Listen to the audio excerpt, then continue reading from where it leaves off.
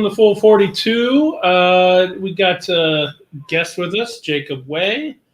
Ba. Yeah. Ba. I go by Ba as well. Or Ba. Or Ba. Jacob Way of Deepwater Games. And we're going to be talking about games that play 7 or more. That's our top list today. We got some games to play, business to talk about, little cookies to eat and shove in our face, apparently. Yeah, I'm gonna for those that are watching, I'm gonna apologize now for the chaos that's gonna happen. He is definitely in a mood. So is Dad. So it'll be fun. I'm apparently reporting from inside a red closet. Yeah, what's going on? I kind of I'm in the middle of painting my office and stuff. So this is the least chaotic background at the moment. I thought it was just more of a goth green screen situation. I was expecting that to turn into something different when we went live here. Corey and Donnie. That would be cool. No, eventually back here, this will be the wall that has all the Star Wars figures on it. Ooh. With black shelving. So, yeah, I wanted to go with red behind it all. makes sense. Yeah, and then this early in our career of doing this show, I've asked you this. You align more dark side than Jedi, don't you? What? No. Well, what would make you think that? I would never admit to that on camera. What do you mean? Now that I know you a little bit better, and we actually met in person a couple times last year, and we hung out for like 10 days straight in Niagara Falls. I would not. I don't know. Not that you're totally evil, but he didn't force push you over the falls though, so that's pretty. He didn't, which I'm very lucky he did not. He didn't come with me to the falls. That's also true. That was a smart move on my end, I think. No, definitely not. More Jedi, but not fully Jedi. I'm gray. I'll go gray. Okay, gray. Okay. Yeah. It is those colors. Yeah, it's hard to say that whenever I've got Sith colors behind me. Sure. I'm curious to see when Ahsoka drops what they do with the orange lightsabers, because I feel like you'll go orange once we know what those are. Maybe. Yeah. Before we get too dragged down into Star Wars, I totally we should talk a little bit to Jacob here, who is apparently almost the inverse of me. If you look for the hair, glasses, and all, like, look at all that. If I just shaved this, it'd be almost a perfect inverse. Swapped. Yeah, exactly. Yeah, I have no piercings, no tattoos, so I'm sure we're not even similar at all with there.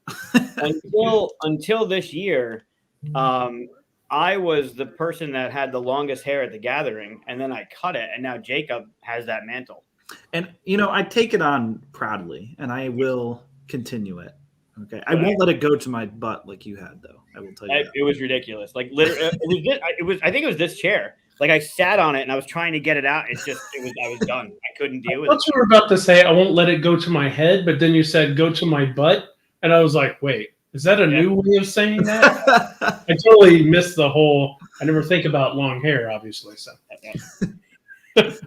yeah. So Jacob, you're from Deepwater Games. You want to give us a little bit about what you do? Yeah, so I run Deepwater Games. Deepwater Games is best known for Welcome to, Monstrosity, Fantastic Factories, Floor Plan, all sorts of fun games. And we have a lot of new stuff coming out. I just recently purchased the company from my former employer in October of 2022.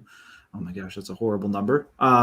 And it has been exciting. So I've been basically running the company myself with some part-time help and hopefully some full-time people in the next couple months here. But that's an exciting adventure I've started. That's a fascinating story I'm going to ask more details about in a little bit, if that's all right to dig into. Of course. Purchasing it and everything. Before we do that, though, I do have the famous light, which we'd like to put you through if that'd be all right. We can learn a little bit about you right away. All right, let's. All right. So, for those not familiar with the lightning round, what we do here is he's going to have a few questions to ask. You'll pick yellow or red in the questions, and it'll go down this tree. Oh boy. Yep. You'll just a few. You only have one per row, but at the end, it's a very scientific process. At the end, we're going to find out what fictional character you are most like. Do you design games or something? Like this seems very. Yeah, only orange ones though. Hence the orange. That's a prerequisite. That's not true at all. You have to have orange in them. I You're actually like Friedman Freeze, but with orange. yeah. See, I actually regret the whole orange thing. I get people talking to me about the orange the whole time now. I need to design something completely different color. Wait, you can't regret the orange because if not for your game, we would have never met, right? No. I don't regret the game. Just yeah, everything's a joke on orange with me now. So just like Friedman Freeze probably tired of green though. He still does his hair green. So I guess you goatee orange. that's true. Ooh, that'd be No, pretty cool. I'm not going to go that way. All right, so For QsCon, do it for QsCon. For QsCon. we'll see. Okay, We'll see. I'll take Anyway. it. All right, so first question Let's do it. is I mixed up some of the questions a little bit too, so hopefully we'll have some different results. Star Wars or Marvel? Okay. Well, I used to work in comic books, so I have to say Marvel. Nice. We haven't had someone go down this trail yet. We just Oh. revamped all the questions. So. Ah, And okay. I honestly can't argue with either one of those guesses. They're great. It's a tough one. Iron Man or Captain America? Iron Man, for sure. Ooh, that was For quick. sure. For sure. Yeah, you've got some easy questions here. Super intelligence or strength and invulnerability? Oh, man. Okay. So I feel like super intelligence can lead to the other two, right? You could create an exoskeleton just like Iron Man, right? And I feel like invulnerability, anyone that's like, the Hulk or Captain America, they always have like some little vulnerability that always leads to their downfall. So I feel like super intelligence is the safer bet here. All right. I am laughing at Mike's situation. Cereal is being made on his desk. Cool. All right. On to super He's having intelligence. his own lightning round over there. Oh, here's some more Oh, power abilities. Grow to 20 feet tall or shrink to 1 inch. Oh man. All right. I'm gonna go shrink to 1 inch. And now my reasoning here is I don't want people to know I have this ability right away. And I feel like if I grow to 20 feet tall, they're gonna know. I could shrink to 1 inch. I feel like they're pretty much the same usefulness. So yeah, let's go shrink to 1 inch. Also, I assume that the clothes are growing with you because if not, the 20-foot tall thing could be quite embarrassing. Yeah, no, that Or not. nobody wants to see that. It's Also, all about proportions. for how long are you in that altered state? I would imagine that's your special ability, right? You could just, Ant-Man it kind of thing. The problem is like either one, somebody sees you and they're gonna try and like capture you for the government. So Sure. like at least if you're shrinking to 1 inch tall, nobody is gonna be able to see you as easily, I guess. Interesting. All right. Have to end every meeting with "I love you" or start every meeting with high fives? I mean, I already do both, so I don't know. Well, then which one would you choose over the Oh other? man. Okay. You know what? Let's go with high fives. Let's go with High fives. Don't want to get too uncomfortable. Be a student at Hogwarts or Oh. Xavier School for Mutants? X-Men all the way. All the way. Xavier School for Mutants. It's gotta not say nearly as cool. I agree there, but I don't know. I've grown up loving X-Men. X-Men 90s cartoon was like my jam. That's what I grew up with. I destroyed all of my brother's X-Men comics. So I've got to go X-Men. Destroyed them. Yeah, Oh, that's sad. creative liberties with them. End sentences with "I have spoken" or "So say we all." Okay. So say we all, I guess. Wow, that would be awkward for sure. I have spoken or so say we all. I feel like I have to say so say we all. All right. So say we all. Oh man. Play the same game forever until you Hmm. win, or never play a game again after you win it. That's a great question. Do I get to play more games after I win the one?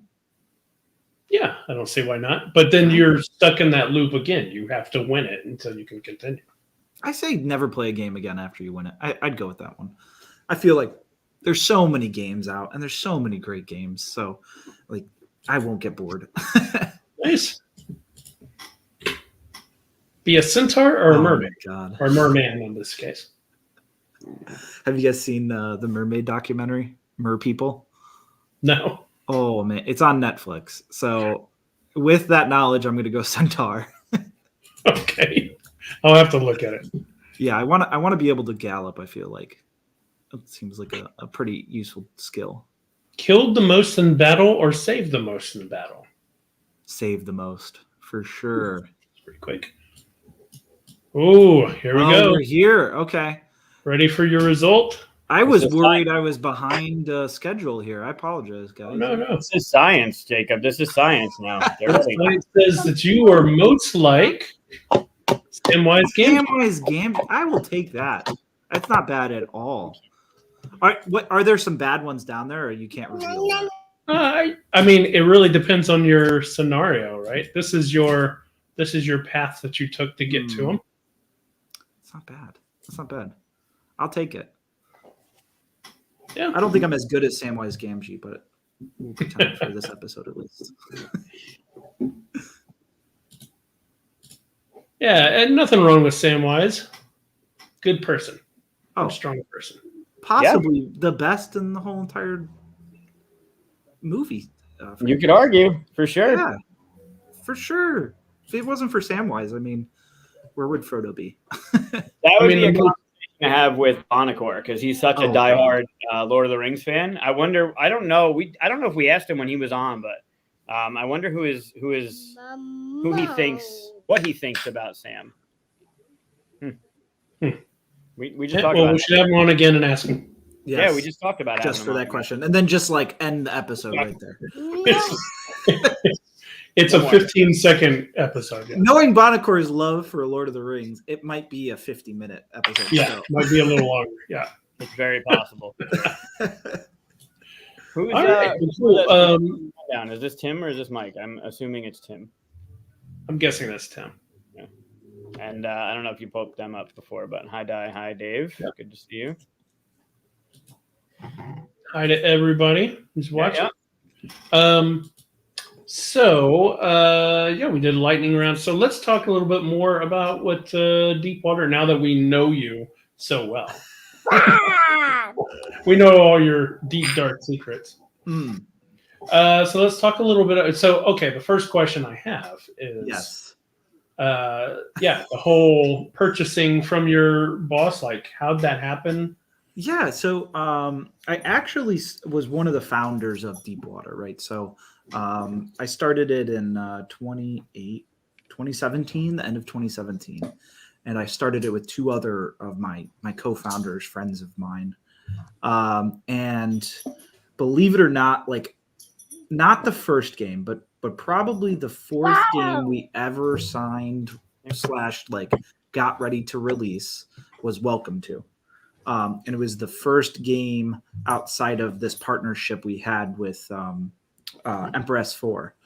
And I remember exactly the details of how we signed it, where we signed it. It was on this. If you've ever been to Gamma, I know Michael has now. There's these steps right outside of the convention hall, and they're like right. Nobody really goes there. And I was on the phone with Elaine, who's in France, and I signed that game, and it kind of just took us on this insane path.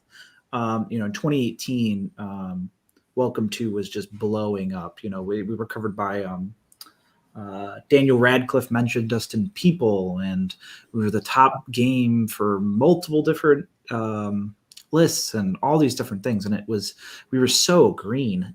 It was quite an interesting ride. And that kind of happened all in 2018. And then in 2019, we decided to combine the company with a couple of my co-founders' companies, and we created Oxeye Media. The thought was to like create this conglomerate, right? And it was a comic book company and an accessory company and Deepwater. And then that was going great. We kept doing that. COVID, it was great to have that during COVID because we had a lot of different support networks, and we had a customer base with our comic book company and our board game company. And then like COVID was insane for us too, because we, at the time, about 50% to 25% of our revenue was conventions. So to take that out overnight was quite interesting. And then after COVID, we just kind of, we kind of noticed that the companies were drifting apart, and we all kind of decided to separate. So it's been really amicable and exciting, and I'm still friends with everybody over there. And I got some really great experiences, like working on comics, working with voice actors. Billy Bob Thornton I got to work with. And Oh, really? Yeah, really great guy. Sean Schemmel, if you're a Dragon Ball Z fan, he voices Goku. And at the end, we had like 22 employees. So it was really exciting to have that many people that I was working with. And now to go back to just myself as a sole entrepreneur has been an adjustment, but it's been really exciting because we have some fantastic games coming out, and we already have some fantastic games that we still publish, right? Like Monstrosity is just, as you guys know, great hit for us. We are a fan of that on this show for sure. If you look, if you go to the YouTube channel and you watch our intro video to the end, you'll see one of my favorite moments of the show was Chris explaining this this dinosaur, and then the way we play a little different than the rules, but the last 5 seconds he announced that there was this bulbous tail in between what he had described as this dancing dinosaur with one leg up and one leg down. And you did not draw a tail, sir.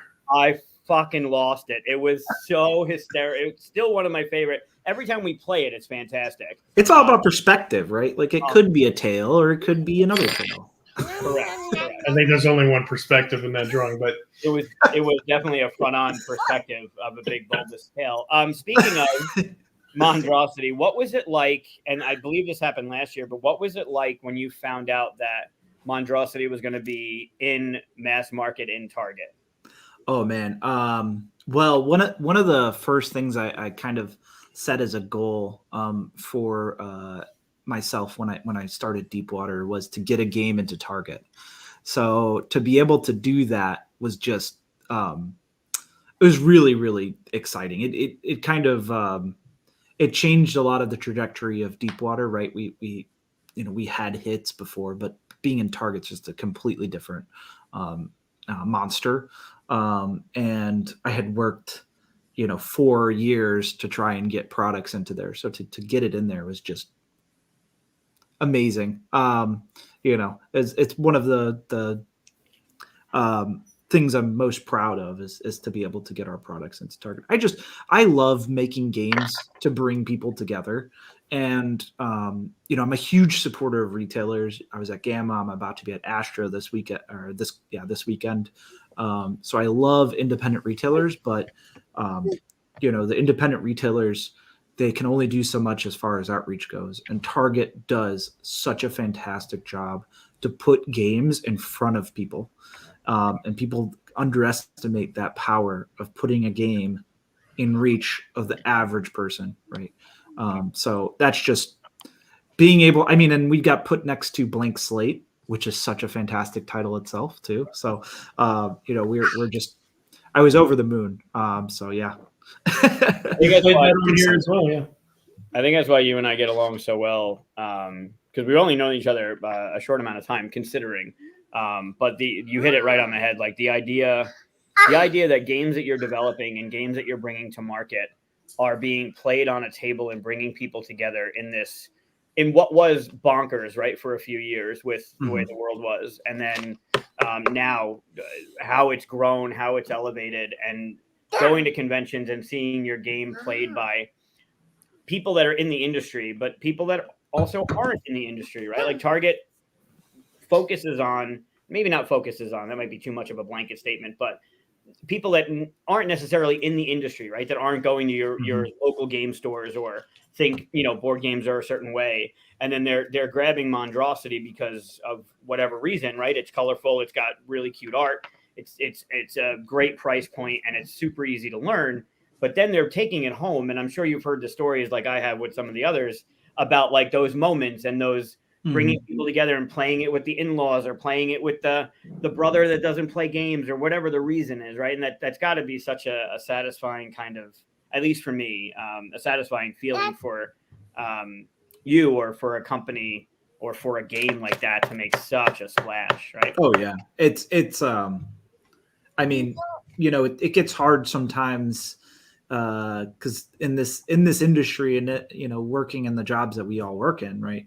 You get disconnected sometimes from the end result, and there's nothing better to see the end result than to go see your product on a store shelf like that, or to see people enjoy it, or people come up to you at conventions and be like, oh my gosh, I love your game. My 4-year-old loves to play it. Price from Cephalofair. His son, I think he's 6 now. He loves the game. He's created this whole rule set for the game where he collects the monster cards and like trades them. Like does not play with actual rules, but it's just so fun to see how creative kids can be and like, how we can engage that. Like that's I think what inspires me is to like engage with people and show them like the fun of play. Because I'm sure we've all had experiences where like board games are there for us at a not as nice time as we'd like. What's crazy is that I actually had a scenario when I first came out with Troubles, and I went to a convention and someone walked up to me and said, Troubles is like our favorite game, blah, blah, blah. And, of course you get that, oh my God, that's an amazing feeling stuff and all. But then I realized that I, for almost a whole year, got like designer's block because I kept having that in my head. Like, I got to make this next game so like just good for that. Like it got in my head and I was like stuck in that mode. So yeah, totally agree that was like the best thing to be like, that like was the best thing to hear and stuff, but it also got in my head for a little while and I was like, I gotta get that out of there. Just go back to designing for fun, right? I've gotten more into the, so when I took over Deepwater, I mean everything fell on my plate, right? But beforehand I was doing a lot of business development, right? So I was definitely interacting with our products, and selling to Target and selling to Barnes & Noble and all that fun stuff, but now I've gotten really in touch with the product. And I think one of the things that we forget too as creatives and in this industry is like, it's art that we're creating. So, it's important to have a product that, resonates with your consumers, but they're also resonating with what you've created, right? So like take that into consideration. Like maybe the decision that you would make is the right decision because it's your creation, right? Like I'm like racking my brain right now for, finishing up our Trash Talk list, and I just have to keep reminding myself like, this is a creation. Like it's not going to be perfect. It's not going to be Monstrosity. It's going to be something different, which might be bigger, might be smaller. It doesn't matter. It's like art, so really interesting. Yeah. I love this stuff too. I just had a meeting today with an artist on our next game, and it's such a pivotal moment when you have those discussions, right? Where you're going to finalize something for the game, whether it's a component or the rule book or the way cards are working or the art that people are going to see not only on the cover but like on the cards that they're going to manipulate. It starts to really feel weird and awesome at the same time when you start making those what ends up being crucial decisions for a game that you're in control of. I know. It's crazy. You got a musician on your hands. This is great. Yeah. Another creative in the house. He watches too much Dave Matthews Band. I think that's the problem. Oh. Yeah. because that's all I watch or listen to. Not all, but he definitely uses that for like nap time. Like he'll fall asleep during some of them. Like I'll watch a video with him and he'll just conk out. But I'm enamored by Carter. For those that know me, they know that I'm a Dave Matthews fan, and this is a total aside. But Carter Beauford is the drummer, and he is one of the most amazing drummers I've ever seen. The stuff he does with the drums is just bonkers. So I think he's Well, you can't be a perfect dad, but we can't all be perfect, Chris. Although when he lightsabers fights, I feel proud of myself. So. Sure, yeah, of course. Once you get a lightsaber in your hands, you know you're in the right direction. I guess it depends on the color of the lightsaber, right? Ooh, that's a choice he has to make when he's able to. This is true. Yeah, I mean, I think it's green. we were talking about this earlier, but yeah. Speaking of creatives and Luca, we totally skipped announcements. Ooh. Which We is did. normally whenever you do. Do you have a painting for us? I know, buddy. Can we not drum during the live show, please? Well, He's performing. We just need a Yes. soundtrack. yeah, we should just walk away and just let him have the stage. Remember, like the first time he was on, he was like on my shoulder trying to get away, like totally. And now he's just like, "Hey, there's people watching me." We'd probably get more subscribers if we just let I him don't go. know about that. I'm just gonna sit back and hang out back here. So don't hit buttons. Oh my god, don't hit buttons. We're live for now. Yeah, it's a fucking circus, man. Yeah. So announcements. Jacob, you have an announcement.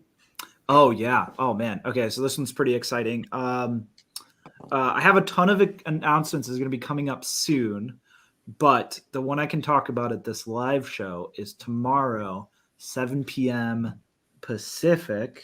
Let me make sure. Oh my gosh. Do it right. Do it right. Don't screw it up. Don't worry. It's only live. Yeah. Don't worry. He's table dancing now. That's it. Yes. Okay. I've lost control. At 7 p.m. Pacific Where's your water? on Twitch and YouTube, Four-Sided Dive, which is a program through Critical Role, will be playing Monstrosity. So it's really exciting. The first time that Critical Role has played Monstrosity, and they're going to do it in front of their That's pretty cool. massive fan base. Yeah, it's the coolest part about the whole thing is I had no idea about it. I didn't arrange it. I can't take any credit for it. It's just they're playing our game because they like our game. So I will. Well, I mean, you can take credit for the game, right? So. I'll take credit for the game, but I didn't Right. take credit for any other part of it. But yeah, so that's at 7 p.m. It's going to be on their Twitch and YouTube. Thank you so much, Leadbrother. Cool. Mike's got himself. Yeah, we got a new host. Mike's gone. It's Yeah. just there he is. I voted for the new host anyway, so Yeah. Oh, here's a good question that you didn't get to answer. Just looking at Luca's. Oh, he's not happy about not being in front. Looking at Luca's. What is your favorite Ninja Turtle? my favorite Ninja Turtle. Okay. So okay, which one is the one with the I know this is so bad. The bow staff. Oh, that's Donatello. Donatello for sure. It was hard. I liked them all. I liked the team atmosphere. You know, I grew up with the Ninja Turtles live action movie. So Go Ninja, Go Ninja, Go. Yep. That type Same of here. stuff. So it was really, I liked the whole dynamic. But I think the one with the bow staff, because to the chagrin of my mother, I would twirl a bow staff in our living room. That's funny. And put holes into the ceiling. So yeah, it was. I'm sure He was she the enjoyed it a lot. inventor of the group too. So Yeah, which totally makes sense. I also always found them confusing because all there was the separation of the color. Like, how do people that are colorblind view the Ninja Turtles? Are they worried about do they just go by the weapons at Well, that point? actually, that's interesting. So the comic book, the original comic book, was black and white. Yeah, and it was an adult comic book. Right. They didn't have colors, but you could tell the difference by their weaponry only. And then later on, when the cartoon came along, they actually put the first letter on their belt. So there was a R and a D and an M and a L, right? And then they also had this. So if you were colorblind, you could look at the belt. But That's interesting. new movie looks good. The new movie does look interesting. Have you seen the 3D I forget what it's called. Somebody help me in the chat. But the 3D movie that has, I think, maybe Patrick Stewart does the voice of. Oh no, I haven't. Or whatever. It is really good. It's animated, right? Yeah, Okay. 3D animated version. It's really good. I wish they would make another version of that. That's interesting. So actually, fun fact, our new production manager, his name's Muzzy, but you may know him from Joe Brogno. He works all sorts of different places. Great guy, but he worked at Nickelodeon for 10 years as CG supervisor and worked on Ninja Turtles. So Ooh, yeah, he that's might. I don't think he did it the film division, but I'll have to ask him. I love Nickelodeon. It's such an interesting company. yeah, They were all red. Yep. That original is worth so much money. I have one of the older comics before the cartoons came out. The covers they were Joining all, you, Michael. the covers they were all red, but inside it was all black and white, so you still couldn't, like, story wise have to know the weapons. Anyway, that was a total tangent based off of Luca's outfit. So. And more of getting to know you, right? I do love pizza too, so most of the time I don't get it from the sewers. Can't do it. But Pizza and ice cream. pizza and ice cream. Oh man, that is exactly my diet. So I don't. Maybe that's where I got it from. Should we? Hey, Mike. Should we do the top 5? Well, here, do this. Oh yeah. Oh, Okay. You have that yet? Okay. What do you see there, Jacob? It's the. what don't I see? For those new, if they're watching, this little kid paints with watercolors. I counted them, and I'm up to 81, not including the ones I got given to mom and my sister for gifts or whatever. But I have 81 of these things, and he paints by himself without me holding his hand. And this is his new one. Or not That's new. really good. Okay, I see an airship. I feel like he is it's an airship. You see the mast at the top there. Yeah. You kind of see some of the clouds going through. Very creative. I was gonna say a whale breaking out of the water. Oh, see, we're kind of on the same Yeah. up there. Ocean. Yep. Yeah. Clouds behind it. Yeah. I'm thinking like one of those floating pirate ship type of airships. See that? Yep. I don't know. Is that steampunk or is that what kind of punk is that? It kind of depends, right? I mean, what was it, like Treasure Planet? You remember that cartoon? Oh, yep. They had the whole like pirate ship, but in space. I don't know if that's steampunk. It's just some kind of weird fantasy world that does it. But you could have a steampunk, airship kind of thing too. But I would think it'd have to be a steam operated, and if that has a mast, that's an air, right? Oh yeah, for sure. Details matter, right? They don't. All right. Well, why don't we do? Let me get the banner up. So we have a top 5. Ooh, yes. Okay. And we're going to do the top 5 games that play 7 or more. If you've tuned in for this and you've been waiting for 35 minutes for us to talk about the list, but that's how our show goes. So let me see. Let me get the screen ready while we talk about what that means. So when I saw the list that we were talking about, I thought that I would leave what is usually considered party games off of the list. Now, that doesn't mean that you guys had to at all. But the reason why I did is because I would think, like, they almost feel like it'd be a different list. Like, that list would be top 5 party games or something. So, to me, I thought, okay, what are games that aren't... I kept them separate, but that doesn't mean that you guys should. What did you do? So for me, I love party games. It's just something that I really enjoy, and I've been trying. I'm a huge strategy fan too. We've got some great strategy games. a bunch that are coming down the pipeline, including Spacebound, which is by Matt Leacock and Josh Capel. Yeah, a dexterity 4X game. Crazy concept. But I don't know. There's just something. I'm not 100% party games, but I'm definitely a high percentage party games in this list. Yeah, it could have been easily a mix. I had a list of like 10 or 12, and then they were all mixed, and then I took out the party ones, and it made it a lot more condensed for me. So, and Mike? Yeah, I think it was easy to do straight up party games because those that are playable at high play counts like that are party games. But some of them, I don't know if they'd be listed as party games. I tried to stay away from them. Also, as an honorable mention, Monstrosity is. It would be on the list, but what we try and do is stay away from all the stuff that we're close to. So usually my Batman game doesn't get mentioned. His Troubles game doesn't get mentioned. And for this Which list, is 7 players. What 7 players? Yours. Troubles, yeah. Yeah. So Yeah, never my list.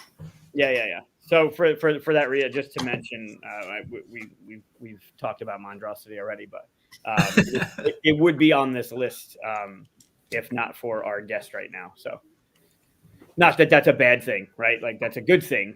See what you get for showing up? Yeah. Because you showed up. Prompt a couple numbers just because I'm here. I get it. It's fine. Also, while I'm talking about it, we had mentioned it, I think last show or the show before, 2 Rooms and a Boom would be on here. It plays up to 30 with all of the stuff. But I just talked about it, so I feel like you got to stop talking or my list is going to be 0. I'm going to shut up now. I actually have some recent repeats for me because we've had some lists that were similar to this, but not exactly this. So. Okay. All right. So who wants to start? So I shut up. I don't mind starting, and I'm going to cheat. Ooh, nice! Right off the bat, I like. Michael has actually. I was watching one episode. I can't remember who was on, it was games that should have lasted for longer. Oh yeah. And you cheated right off the bat. So I'm gonna copy you here. Okay. I cheat on most of my list. I cheat, Jacob, so it's okay. I approve. Chris will probably judge you. Should I put it as like a 6 or a 7, or should I put it as starting? You make it your 5, sure. All right, Number 5, Jackbox. Okay. So hear me out. I'm with you. It is all of those games. Almost all of those games are mechanics that you see in board games, and I think it's introduced people to party games in a way that almost nothing else has done to the level that they've done. So I think it deserves a spot in the top 5. I read an article just the other day. It was like 200 million players or something like that. Yeah, so I feel like they deserve a spot. And I guess it's not on here, huh? It may not be. Yeah, it may not be. It is digital, so that is my cheat. But yeah, Jackbox. If you haven't played it, I'm surprised. But it's such a fantastic. It's got multiple. Have you not played, Chris? No. Oh man, it's multiple different play packs. You can play with up to 10 people. You just have to have your phone, and your phone acts as your board. And then it's just a bunch of different like Quiplash and all sorts of different party game designs that are just so fantastic, so engaging. So I just really love it for that. It's just such a fantastic game. Good pick. There's one, I forget the name of the game itself, but it has to do with drawing. No, not that limits it at all. But you one of those. I think people have to guess what you draw, something like that. But what I thought was really clever is part of the app, they give you the opportunity to print on a shirt what you drew. Yep. So one of the things that we were cracking up about, I actually, while we were playing, I ordered the shirt and then showed up to my friend's house with the shirt on. It was like some dumb, like you're bad at karate, so the guy was like air kicking and totally missed. The drawing was hysterical, but that option of like having the drawing printed on a shirt was really neat. It's so brilliant. I mean that's a big thing for me is like the accessibility of that is just insane. It's so accessible. You can play with your grandma. You know, like that's something I really love. Yeah, it's a good pick. Yeah, a lot of options too. A lot of variability in what's there to play. Yeah. Really, yeah. Interesting. Yeah, good pick. All right. What's your? Oh, I don't have our. That's what we're talking about. There you go. What's your number 5, Mike? It's not my number 5 because I don't do my list in order. But to go along with what Jacob had just said, I will bring up something that we've talked about, but not I don't think more recently. Fake Artist Goes to New York. Oh, great pick. Yeah, it plays 5 to 10. It's ranked 669 on BGG. It's a small box, easily portable. I think my only complaint is that the markers need to last a little longer, but they're short markers. So, but it's a little different than just like a hidden trader type of game where the person who there are these blank cards. Somebody picks a theme and then picks a topic or an item or a word, and then writes on all but one of the cards the word, and then puts an X on the other one. So somebody at the table has no idea what people are drawing. And then the person who did that, they get to pick who that person's going to be in the game, the person that doesn't know the word, and gives them that tile. And then if that fake artist can get away with it, then that person and the fake artist win. If not, everyone else gets a point. There's a point scoring system, but the activity is everybody gets to draw twice on the canvas, which is a piece of paper, and they're all in color, so you know who's drawing what. But you get to draw one line, and that line is when you touch the paper until you pick up off the paper. So it can be a circle like in the upper left, it can be a triangle, it can be whatever you want. But you don't want to draw too much because you don't want the fake artist to know what you're doing, but you want to draw enough to let everyone else at the table know that you're not the fake artist, because when everyone's done, you point at the fake artist. It's got a really cool dynamic. You play around a couple times. Everyone gets to be the person that writes on the cards and gives them out once or twice or however long until they lose their minds. But it's super fun. It plays up to 10 people. So it's got a really nice variability. It does say 5 to 10, which I don't know why you couldn't play this with 3, obviously, but 4. I guess maybe 4 because somebody and then somebody else and then 2 people. I don't know. But yeah, it does say 5 to 10. It's really easy to play. It's really easy to learn, and it's super compact, so you can throw it in your bag or throw it in. It's a great game. Yeah.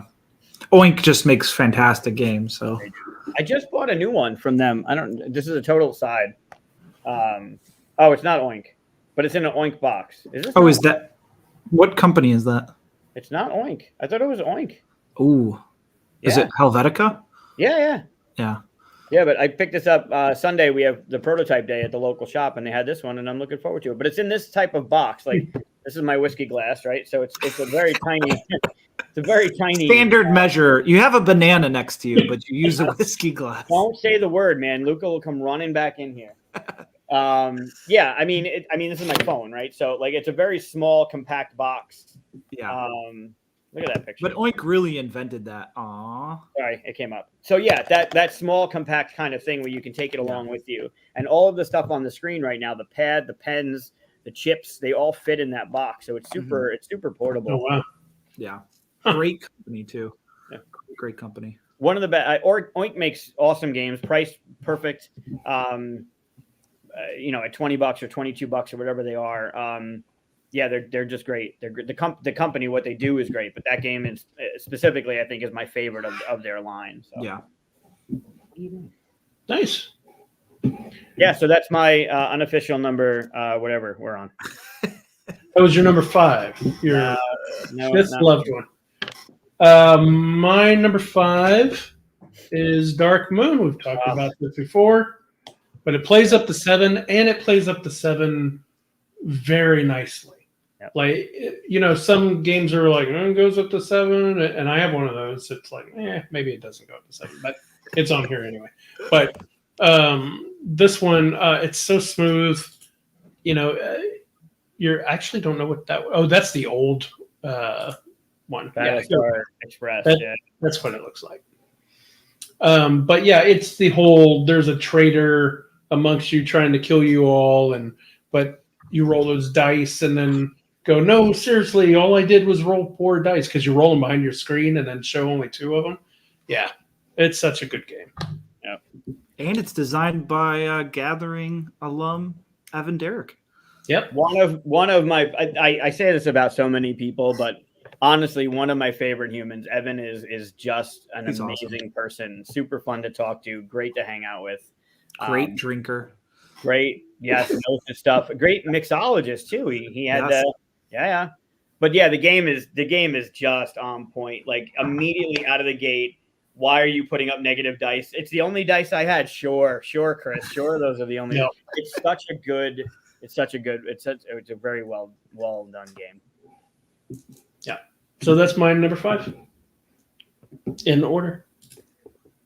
You lie. You say that they're in order. They're really not. Oh, they're definitely in order. I don't believe you.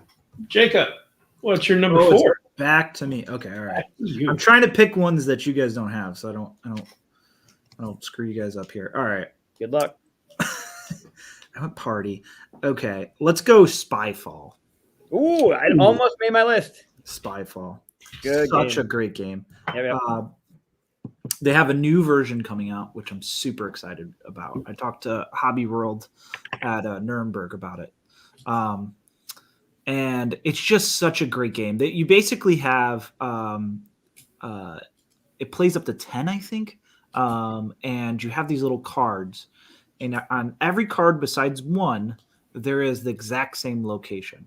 So the hospital, Titanic, a ship, whatever, a club, blah, blah, blah. Everybody knows the location besides one person who is the spy. The way the game works is you can ask, you have basically a timed round, right? You have 5 minutes, I think, something like that. And you can ask people around the table questions about the location. Because what you're trying to do as a knower of the location is to figure out who doesn't know which location you're at. So, if we're at the theater, I might ask Michael, okay, are you enjoying yourself? And then he can answer, oh yeah, I come here all the time, to try and answer like he knows where we are, right? Yeah. But if you don't know where you are, you might answer something way left field. It's just a fantastic party game. The questions that get asked in these in sessions of Spyfall are just super memorable. Like what's in your pocket is my favorite question to ask somebody. Mm-hmm. And then there's another version. Okay, I'm going to give a pro tip right now. If you have Spyfall, get one bag and fill it with all spies. Yeah, just mix it randomly into the game. And what this does is when you get that, everybody is the spy. And nobody knows that everybody's the spy. And it's just such a fun element to the game. I wish that you could find a way to make that more part of the game. Wow. Yeah, it's chaos. It's so good. Have you've played like that, Michael? Yeah, the first time I played this was with my friend Steve, one of my oldest friends here in Syracuse. One of the first guys I've played board games with. And we played 2 Rooms and a Boom and this in a group. And he had pulled that out on us. And we were all just dumbfounded. It was awesome. Everybody's suspicious. Oh my God, the questions are just so stupid. Everybody's answer is as general as you possibly can be. Yep. It's just a great game. And like Jackbox, it's like easy to enter, right? Like basically the entire rules. The only thing you have to figure out or explain now is just like how you score. And the scoring is super simple too. So great game. I think one of the things with these type of games and the majority of games in general, the scoring, it's kind of arbitrary, right? It's more about the feeling. It's more about the fun. It's more about bringing people together. So like, even though we play your game Monstrosity a little bit different on the show, it makes it fun for the people that not only are in the chat, but for us in the way that we're doing it digitally. But a game like Spyfall, like that, the same thing, right? It's not necessarily about who wins the game. I think everyone's winning if they're playing, right? It's not about who gets the most points, but it is there if you need it, which is awesome. I like it because it adds structure, right? Like people want to, when you explain a game, often you start with how do you win, right? And I think that's an important thing to kind of give reference to because people understand that, right? They understand that element to it. So I hate scoring. I think that if I could design party games and not have to design the scoring element, I'd be great at it. But yeah, no. I mean, it's almost always the last thing we design when it comes to party games. Like even our trash talk game, which is like so far into the bag and almost ready for print, we're still like, okay, but if we tweak scoring this little bit, like, does it matter? And it's like so frustrating. One of my favorite moments of playing this game was I was playing with a group at my game group, and my brother is also in that group. And I looked at the card and I saw that we were on a submarine. And I'm the first person to ask a question. So I call his name and I go, Daniel, and he goes, yes. Like Sean Connery. And we just start laughing like tears because I don't even have to ask him a question. I already know. He knows because I'm laughing hysterically that I know. And the rest of everybody else didn't catch it. So everybody else, they're just watching two idiots crying and laughing and stuff. And we can't explain why either. So it makes it even worse. We were just totally lost to that whole round. But it was amazing. It's great with siblings because I have a very similar story. I was playing with my brother, and he's not a big gamer. And he's like, I got to go first. Let me go first. I got a perfect question. And we're at the Crusades. And the first question he asks is, have you prayed today? And it's like, Jeffrey, my brother, I'm like, that's a little too obvious. And then like the spy is like, are we at the Crusades? Yeah, right. It's so fun. It's just, and then it's great to just start up another game. Like it's so simple. Yeah, shuffle to another location, and they have. So I'm curious what the new one's going to do, but they have Spyfall 2, and then the DC version of it. So if you're a DC character fan, you're in like the Batcave or like Joker's Lair or whatever, and then you can kind of really geek out with the people that are familiar with that area. I think it goes in a robot direction, but I can't remember exactly, and I don't want to get in trouble with an embargo here. But it was really cool. They described basically they changed and fixed some things that Spyfall has. Like there's some clunkiness to Spyfall, but yeah, it's a pretty solid game. I mean, you can't go wrong with that game. It's so fun. Yeah, it's got a lot of similarities to the game I mentioned before, the Fake Artist Goes to New York, right? Where somebody is there, doesn't know where they are, right? And in Fake Artist, somebody is there but doesn't know what the fuck they're drawing. So it's got that same kind of like, what am I doing element for that person that has no idea what they're doing. It's fun. It's a good one. And again, another one that's super portable, right? Like you can take groups of those cards in baggies and just throw them in your bag, and you can have like 5-6 rounds of this, and it takes up like very little space. Yep. Yeah. Good stuff. Very cool. Good pick. Thank you. Mike beat that. Me? I mean, I don't want to say I'm going to beat it, but what's your number 4? What's your number 4? I mean, what do you love more than your number 5? That's not how this works. For 2.5 years, Chris. That's not how this works. And if I remember correctly, the first time we did a top 5, it wasn't even like I've never ranked them. I think the closest I've been to ranking them was last week with David, where I was actually doing them in order, but they weren't. I mean, I was doing them in order, but they weren't necessarily ranked in order. I feel like you're just doing it the wrong way. Maybe I kind of always been. Yeah. All right, so I'm gonna go off of Spyfall. Ooh. I'm gonna go with Eat Poop You Cat. Are you just seeing if I'm going to type this in? Okay, that's a thing. It would have been really funny if it were not words. Oh man. So basically, Eat Poop You Cat is, and I put it down. It's similar to Telestration. So Eat Poop You Cat plays, and the way they have it listed, 3 to 99 players, which I believe. And Telestrations is 4 to 8. But basically, what happens is you write a line, or you draw first. I forget which is first, and then you pass it to somebody else, and then they do the opposite of what was done. So if you write a line, then if I wrote a line, I would yeah. pass it to Jacob. Jacob would draw that line, but then Jacob would pass the drawing to Chris, and Chris would have to write what the drawing is, and then you do that around the table or whatever it is. Telestration takes it up a notch where you have this kind of flip board. And you're like curating this thing and it goes around the table. So you're also getting somebody's while you're passing somebody's off. So everyone's involved. But basically, if you're looking at that, like the first thing you do is you write this line. Then the next person in order will draw that, whatever that line was, but they draw it. But then the next person doesn't see what was written. They only see the drawing, and then they have to write what was drawn. Then the next person has to draw what was written. So it's kind of like a game of telephone, but with this drawing and writing element. It's super fun. And you get, by the end of the game, especially the more people you play, by the end of that round, you have something that is most likely completely different than where it started. Super fun. Telestrations it's more modern. It's got a rule set. It's got better components, and you can do this Eat Poop You Cat basically with a pen and paper and just pass it around. That's cool. Telestration just adds components and better stuff to it, but super fun, super light, super engaging to everyone at the table. It includes everybody, whether you can draw or not. So Eat Poop You Cat. I love it. I don't know what this drawing is. It looks like rockets on snails. Yep. Well, you can read it, right? Like I have the screen tiny for that. Rocket, snail, totally pones, triangle, turtle. Right, but number 3 is written based on number 2's drawing, and number 2's drawing is based on number 1's lines. What does number 1 say? Fast snails ride slow turtles. Okay, so that was number 2's interpretation, right? The fast snail. So the snail has a rocket on it, on a turtle.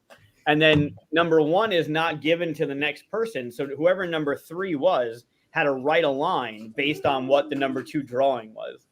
And then that just kind of just goes off the rails super quickly. Yeah.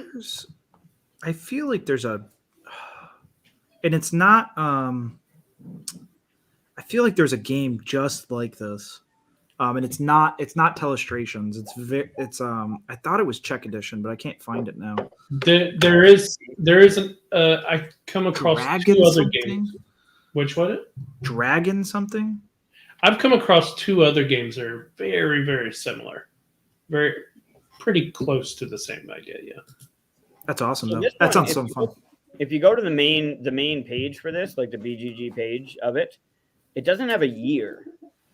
You notice how it doesn't have a year that it was published? Like it's kind of like that, like folklore fairy tale of this thing that existed, and then things have kind of came off of it. But it's like Probably something like Werewolf, right? Like nobody knows, Mhm. or Mob, or whatever it, Mafia, whatever the yeah. original part of that is. Yeah. Cool. Well, that was definitely not on my list. So I tried to pull ones that were not too obvious. There's Fake Artist I thought was a little bit easy, and then one of my other ones I think might be on one of your lists, but my other ones I don't think you're gonna get. So all right. All right. Well, my number 4, I'm going to go real basic bitch with it. Can you guess what it is based off of that description? Someone says 7 players. basic 7 players. Oh, 7. of I course. mean, 7 Wonders. Fine. This is still played by me. Do you play party games or? Oh, I do. I do. But like I said, I separated a list because we did a list of party games at one point. So, but yeah, I mean, this game runs pretty quickly. Everybody knows this game at this point, right? This is basically like your Ticket to Ride and all those at that echelon as far as I'm concerned. So, not too much to really talk about other than I think it still holds up. Still holds up. Ability. Still changed the industry. You know. Yeah. For sure. Duels is better if you're only playing with 2 player, but this plays up to 7 and it plays up to 7 beautifully. So had to have it on the list. Such pick. a great game. Yeah. This is the best one to play, by the way. Ethos. Sure. Ethos. You say so. Definitely the best one. But yeah, it's my number 4. There are some, and I'm curious, I guess as an aside to this, there are some that think that It's a Wonderful World killed this. What do you think? Have you played them? Oh yeah, I got the whole Kickstarter thing and everything, but Uh, it's not the same. I don't understand the kill idea, right? Like once you're a game that has so much momentum, I don't think it's that easy, right? Like how many games can we say have killed Catan, but in reality, Catan still is going, right? Like it's really interesting to me. I mean, that's one of the cool parts about this industry is like games become like the recommendation, right? Like we can all recommend Spyfall to anybody that has never played it, and there's games that are better than it, but I don't know. It's really interesting. Yeah, I don't think that when people say oh it kills it for me, I think they're not talking about industry. Like no one will ever buy that game again. They're just saying if you show me this game and this game, I will always pick. Always this pick game. that. That's how and it's usually based off of mechanism, right? It's like, oh, okay, I've played Dominion forever, but now this deck builder, I will always pick over Dominion. I feel, but I've said this before. It's not because you're on the show, and I've said that before, but I would play Asking for Troubles over Waterdeep any day.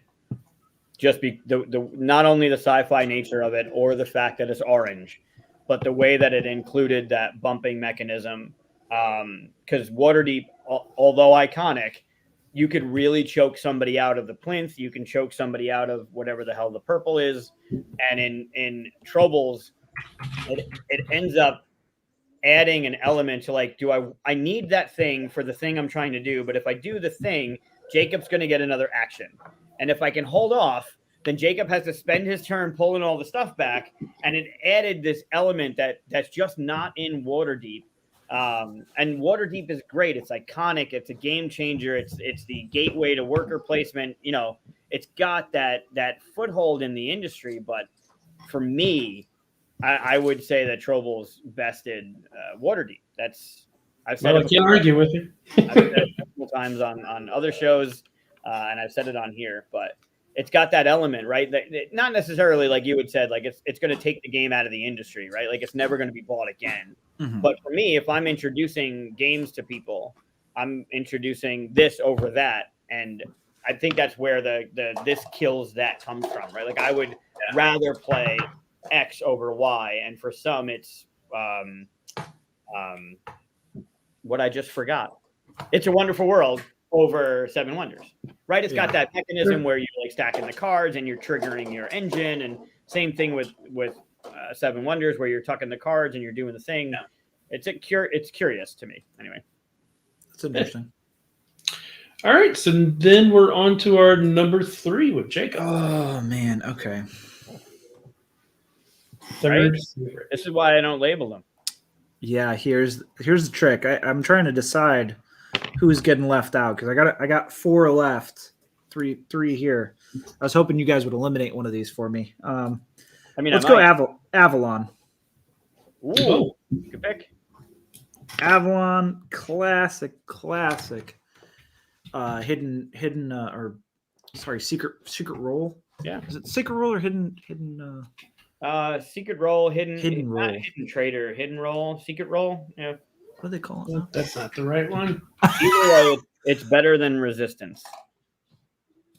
Oh yeah, I mean it's so much deeper. It's so much deeper than Resistance. I mean, Resistance is pretty good, but I don't know. I just really love Avalon so much. This actually was one of the games that started me in the industry.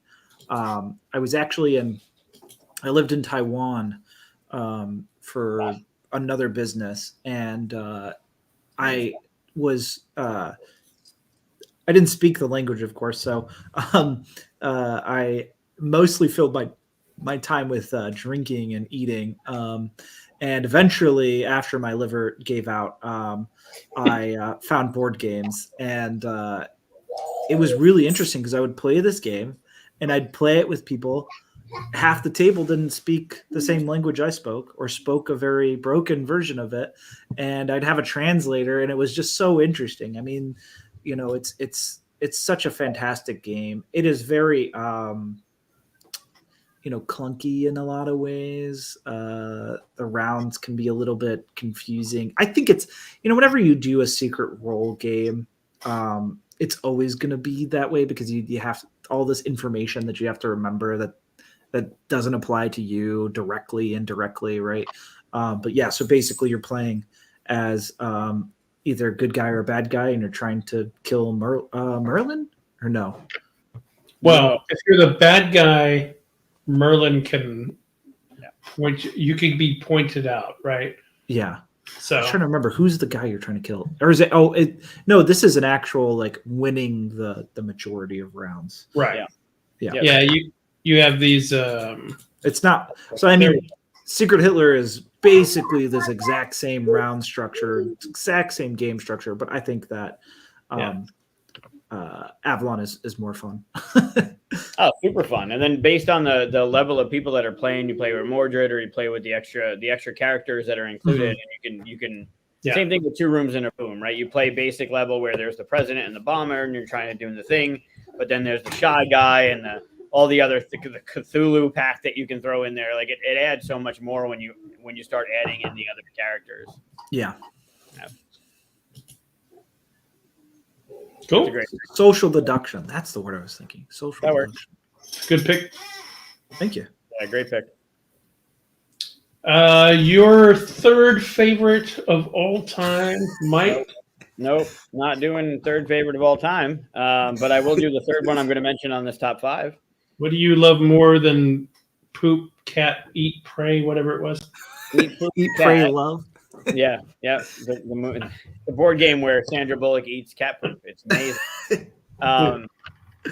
Yeah, I don't know where to go with that one. So Avalon's really good, but it doesn't really go with any of the other ones I have. So I have to just do a hard turn on this one, I think. Oof. Yeah. Make your own decisions. Oh, Yeah, this is really tough because I have 4 left on my list because I figured something would get taken, and I think this is the next one to get taken. Ooh, okay.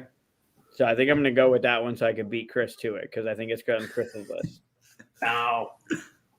I guess technically this is an expansion. Oh my god! Don't you do it. It's an expansion to another version of the game, which I didn't know until I looked it up. I thought it was its own standalone thing. But I don't think I would play any of the other versions of it. I think I enjoyed this one the most because that was the one I played. But it's Wits and Wagers Vegas. Or Vegas Wits and Wagers, however it's listed. Probably that one, just the base one. It's Wits and Wagers, but it's the the Vegas Vegas version. Vegas edition. Vegas. I think it's Oh, under okay. Vegas and Wagers. Is it the Lords of Vegas or something like that? Or no? No, Vegas, totally baby? different. That one. Yep, that's the one. So whatever. I have never played Wits and Wagers. So this is the only one I played was the Vegas version of it, and the way that the bidding goes reminds me of one of the games that we play on the show, but that is not it at all. I don't even know what that is. Oh, BGG. I know. Wow. Picture selection. So anyway, so the Wits and Wagers, there's a certain thing, and you're going to put your. Oh, chips you're on down. Scott Brady's profile. You're just looking at Scott Brady's. Oh. photos. I was wondering what in the world is going on. Yeah, that was Boop. Yeah. I'm like, Scott Brady. What is this? Yeah, How what did is this going happen? on? I mean, while we're talking about it, and since I have it up here, Oh, yeah. Boop is fantastic. You should, Yes, it is. You should play. Oh my gosh. Yeah. Yeah, Oh, wow. Scott is very rarely do I see a designer hit twice, but Hughes and Q's and then Boop. Yeah. And then I can't say much about what's next, but If Yeah. you're looking, we found a bug. Yeah, that's interesting. So it is. you It is click- a. It is a. All right. So click that first picture there. I guess. There we go. All right, I got So it. that 4th picture. There we Yeah. go. So basically, you have a certain amount of chips, and you're bidding like casino style in the red, in the black, or in the middle, and you're getting paid out 4-1, 2-1, whatever the hell the payouts are. But you're there's just questions, and you're like trying to figure out like, trying to hit the answer or whatever. Hi, buddy. But yeah, this is the only version that I played of Wits and Wagers. I know Wits and Wagers is huge. It's got a tremendous following. They play a Well, giant one at Dice Tower Con. That's not true. You played on this show. Right, a version of Wits and Wagers. Yeah. Right. I mean, it follows this method. I want to say. Right. Right.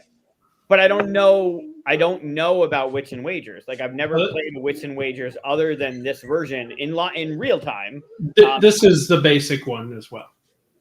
Like the only difference here is there's no red or black in the base one. Gotcha. Okay. Mm. So I guess Wits and Wagers overall would be my thing. The Vegas one, it says it plays 5 to 21. The party one says it plays 4 to 18. It's in the top 17-11, the party version, but the Vegas one's not because I guess they consider it an expansion. But Wits and Wagers as a party game, it's got a great play count, right? I mean, up to 21, up to 18 people. I don't think it's very complicated to learn or to teach. So you're up and playing it pretty quickly. And it's got elements that most people could be familiar with, depending on what they've played before or what they like to do. So Wits and Wagers, I guess overall would be my next one, but specifically the Vegas, whatever Vegas adds to it, would be my pick. Third favorite. Got it. Right. Yeah. Go with that. Love it over poop, eat, pray, cat. Eat, poop, you cat. But He has to kill a game. It would be eat, poop, cat before Wits and Wagers. This kills second. all All right, so hard turn from that man. one. And I agree, by the way, Wits and Wagers. That's why we played on the show. Great game. But extreme hard turn, and this is the one that I said is a bit of a cheat because I don't know if I'll ever play it at 7 again because it becomes a really long game if you do. But you can play it at 7. So it's Caverna. Oh, wow. So I have played this game twice at 7. And it is a pretty long game, but it also feels really epic when you do. So I've only done it at conventions because of that. I mean, So it just is look at worker the art. placement. You know, it's a big heavy one. Has tons and tons and tons of cards and pieces and yeah. So what is that? A 4-player maybe 5-player right there. So it's You just play 7-player on the ground. Like what? yeah. No, you need a big table. Yeah. We had a big giant round table at the convention to do it. And stuff, but Oh. it still runs pretty quickly though, because everybody puts out their workers and then you just run it down the line. You know, it's quick enough, but you know, there's a lot of stuff to do. So, yeah, Caverna. It kills Agricola for me. I had no idea I played 7. I know most people wouldn't Crazy. accept it, Yeah. right? All right. Let me see here. Your We went Wits second. and Wagers. All right. Okay. We're gonna go back to Oink here, and we're gonna talk about Insider, Ooh. or in the U.S. it was much more popular as Werewords, which basically was this exact same game. Oh, Yeah.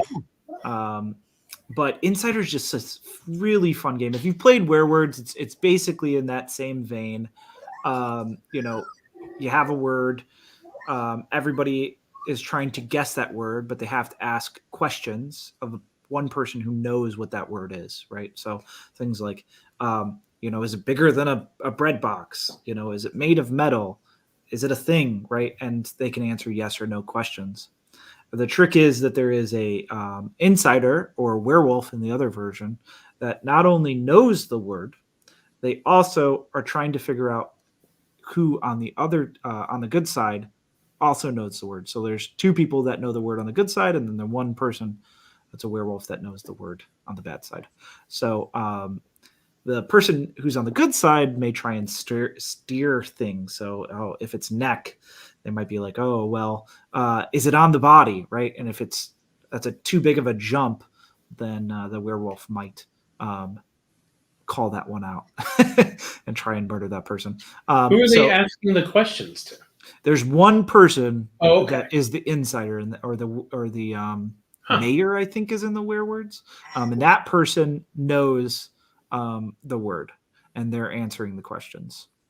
The tricky part comes in that these questions. So werewords, it has a really interesting element of the mayor can also be the werewolf, which adds a really fun element to it. So you could be trying to get the good guys to win, supposedly, but also be sabotaging them at the same time.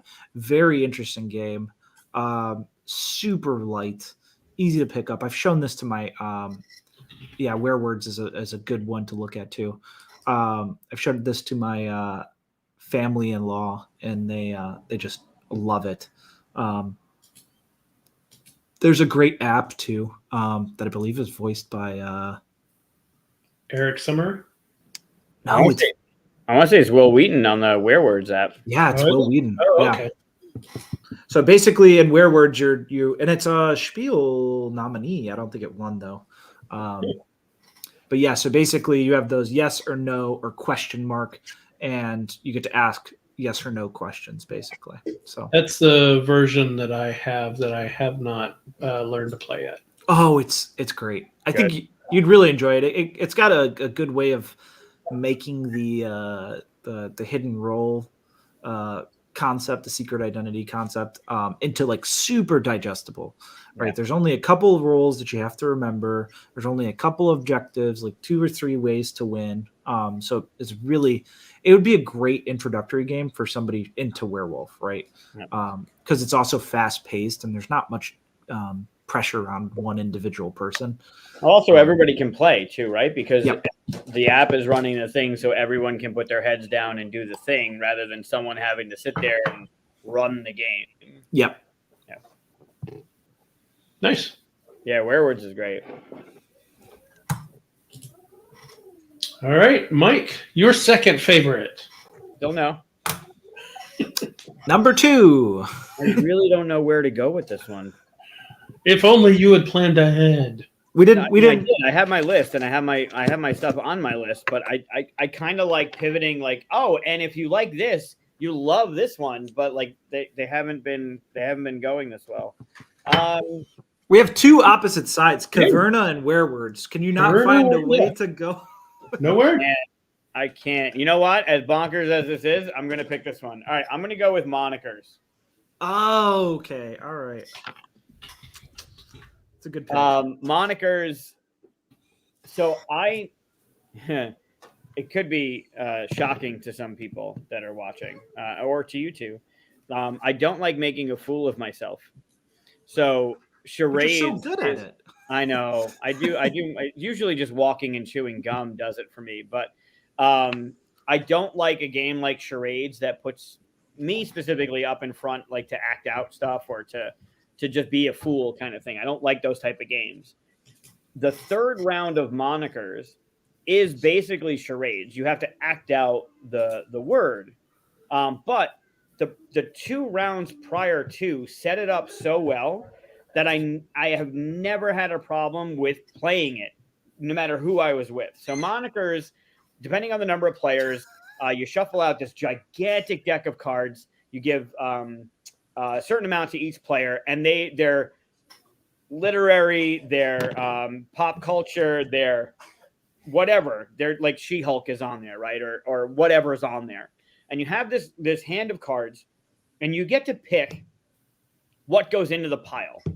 And we all are going to do it. So we're all given 10 cards. We get to pick 7 or whatever it is. Then that deck that we've all now curated becomes the deck for the game, right? So the cards we don't use go away. The cards we pick, each of us have picked, are in the game. So I've picked my 7. Jacob's picked his 7. Chris has picked 7. Then you shuffle them up, and whoever leads the first round of the game, you draw a card. You can say whatever you want. You obviously can't say Magic Mike. Thanks for using that one. I appreciate you. You can't say those words because that's the target. That's what you want your teammates to guess. But you can read what's on the card. You can use outside information. You can say whatever you want. There's no restrictions. If your team can say the words in that card, Magic Mike, then you put that in a score pile and you go to the next card. And then you do the same thing, She-Hulk. So you can say whatever the hell you want about She-Hulk. You just can't say the word She-Hulk. And you have a minute, I think, to get as many as you can. They become your score pile. What is it? Skip what you can skip, right? It was just you never lock. Like forget it. You pass. You put it on the bottom of the pile. You draw the next one. Then whoever, like if I'm the leader of my team, then I'm doing that with my team. And then Jacob would go with his team. Chris would go with his team. When we go through the deck, we add up however many are in our score pile. That's our score for round 1. All of those cards end up back in the deck, shuffled. Round 2, one word clues. That's it. So everything that had been done prior to, everyone is now participating and listening to all the clues that are being given, or potentially all the gestures that are being made. So round 2 is just straight up one word clues, right? And you're trying to get as many points as you can. And if sometimes it takes a while to get that card out, but all of a sudden something happens where someone's like, oh, I got it. Then round 3, no verbal cues at all. So now round 1 and round 2 have now set up round 3 where inevitably somebody intuitively is giving some sort of gesture to get to a certain, like Magic Mike could be like someone inadvertently just does some sort of like striptease or some sort of Yeah, dance. show us what Magic Mike would be. Go ahead. I can get Luca back on the table if you want. I'm not going to do it. I need more of this for me to do that. But yeah, so by round 3, and it's nonverbal, you're gesturing, right? You're doing what charades does, but you've now been guided from round 1 being whatever to round 2 being 1, but ultimately someone is giving some sort of hand gesture to a clue, and you're picking up on that. And my point, my sister and my mother played this, and something happened with Narwhal, and my mom kept doing this hand to her head thing.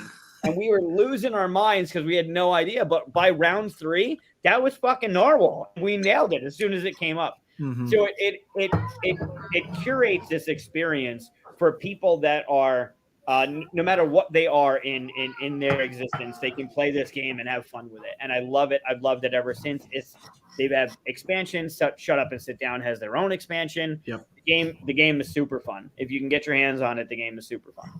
I just made a minor adjustment to your name in honor of your pick. Great. That's awesome. I'm going to leave it. There you go. The first time I played Time's Up. I haven't played Monikers. And the first time I played it was with Eric Lang. And yeah, same at the Gathering. I did the same thing. It's in the same vein, right? Oh, yeah. It's exactly the same game. But Monikers is great because it's got a lot of like creative words there. And if I remember correctly, and I think I might have been drunk when I was playing it with Eric, they're not necessarily as not vibrant, but as vast as Monikers is, right? Because Monikers can be something super simple, something super literary, something super pop culture, and Time's Up is more tuned, right? It's a little lower in the vastness of it, right? It feels like playing Trivial Pursuit, like with your parents from whenever they bought it. That's kind of unfortunately how it feels. The whereas Monikers is much more current, as you can see. Doge is in there. But I can't. Such a great game. One of the things I didn't mention is you look at that right in the middle there, the Catherine card. There's 4 points. That's what the point. That's what the card is worth. So it's more challenging to get across because it might be a little more specific than Magic Mike, you fucker. But you get more points for it. Magic Michael. Yeah, sure. I mean, I'm my own, right? That's actually unique. Time's Up doesn't have that. It's just a 1 point per card. Right. Right. Yeah. So Monikers is my next pick. I love it. It can be. It's in a card box. It's not a very big card box, but you can fine tune it for the number of players you're playing. You can bring a stack of the deck and make it super portable. So for those that have a quiver and like to bring card games in a quiver, you can definitely curate this to be more specific. You can leave out cards. You're curating the deck as the players too. So the stuff you're putting in there, you can take out the stuff you don't like, right? So it's customizable as well. But Monikers is really, really fun. Nice. Yep. All right. So my number 2. I don't know why we didn't play. We should have played this at Gathering. We need to play this at Gathering next year. Origins. I'm in. I'll bring my copy. I'm in. I'm down. Okay. My you too, guess if anybody's watching. Anybody. Yeah, if you're going to be I know Tim and Mike. I don't know if Tim is still watching from Board Game Rundown. I know they're going to be there because we're playing Mission Control in the big simulator. Ooh. Which, Jacob, if you're around, that should be something we do. Oh, that'd be great. They'll be there. If we can get a game of monikers together with all of us, that would be fun to stream for sure. Nice. My number 2 does dip into party world a bit. Actually, it almost dips completely out of hobby games because it's so well known before the whole hobby game thing. But it is Trivial Pursuit, but it's the one where you get to bet basically.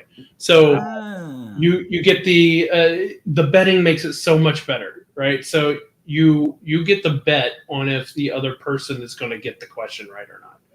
And then with your money, you can buy chips that basically you suck at getting. So I will always buy the sports chip because I will never get sports correct, right? And it makes the game go by faster. It's like the best version of this game. I like Trivial Pursuit and things like that. It's the one of the first games that pops into my head from my childhood because my whole family would play it all the time. Yeah. Of course, they'd always play the boring Genus version where it's questions that you don't know as a kid, right? And you just sit there, and finally there's a comic book question. You're like, oh my God, I get to shine. But in this one, you can actually win if you just really can place your bets right and stuff. So, yeah, it's this is my party version game. Yeah. I've not played the betting version. I'm just horrible at trivia games, so bad. So yeah, and this really helps with the times where you just like, okay, yeah, I don't know anything about sports. I don't know anything about whatever the other ones are. The entertainment ones are always Johnny Carson ones that I can't remember. So, stuff like that. You can buy the chips with the money you earn from other people's turns. So that just makes it so much better for me. That's a good one. I've never All right.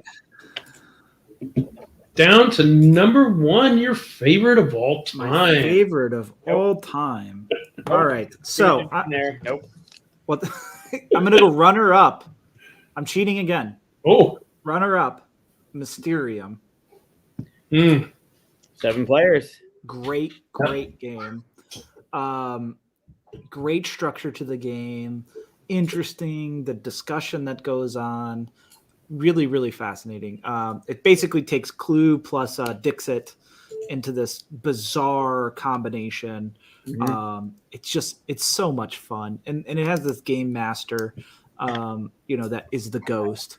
That's super fun. I just love this game. I also just love haunted mansion-esque type games. So really highly recommend. It's definitely longer than a party game, and it's kind of like straddling that line of party and hobby, but it has this element that really makes it more feel more party than what it is. And basically what you're trying to do is you're trying to get people to guess who murdered. So one person is the ghost, and as the ghost you're trying to get somebody to guess who murdered you. So you saw those character cards first, where they murdered you, and then what weapon they murdered you with. Weapons there, and you give clues, which are basically the Dixit cards, if you're familiar with Dixit, and those cards could include items that you might see on the character. They might include like a color pattern that you might see in the location. It's all sorts of different things, and it's great because it's like very interpretation. And as the ghost, you don't talk at all. So all you're doing is giving these cards, which might have different weapons, might have different things that are a clue. It's so good. Great game. But that's my runner-up. My number 1. Before we go to your number 1, and since you brought it up, and I ask everybody that brings it up, do you know, without looking, what the playtime on the box is for Mysterium? Oh, man. It's probably like 30 minutes, which is such a lie. It's more specific to the show that you're on, Jacob. 42 minutes? Wow. Okay. Did you know that there's a second version of this game? The Polish version? Polish one. That's the one I have. Yeah. That's Yeah. the original version. Yeah. Yeah. It's arguably better, right? The art is just stunning. And the designer is Ukrainian, I believe, correct? Nice. Yeah, Yeah. Portal. I think Portal did it, right? Yeah, they got the only version for outside of Libelud. Libelud. And I did a comic book for this, so Nice. I also just love it. So There good. you go. Okay, so my actual number one is Wavelength. That almost made the list. So good. So overproduced, but I love it so much. Yep. It's like so ridiculous. First of all, CMYK Games they're geniuses. They just have such great games. Wavelength is a big one. Oh my gosh. Fuzzies is another one of theirs. Fuzzies is great. Such a good game. Yeah. Oh my gosh. Now I can't remember any games that they've done, but they're super creative. Oh, Spots. They just came out with Spots. Yep. And I really respect Alex, who's the owner over there. Really smart guy. But Wavelength, basically what you have is this Wavelength, and it's, dictatorship to democracy, right? And where is that within this? Now, the thing is that you're going to be a clue. There's one clue giver, and that clue giver is going to spin that dial there, and there's going to be a spectrum that you're trying to give a clue that your team guesses within that spectrum, right? So if it's a good one is I was playing with Board Game Retreat, Daryl's event. That was like the first time I played it, and it was Good Day, Bad Day, and I gave the clue being stopped by the police, and I was in Canada, or no, getting it was actually getting a ticket, and I was in Canada, and this is Bad Day and this is Good Day. Where do you think the Canadians picked that? All the way Good Day? Probably, yeah. The Canadians probably picked it on the Good Day. What do you think, Chris? Probably. In the middle? The Canadians picked all the way to Bad Day.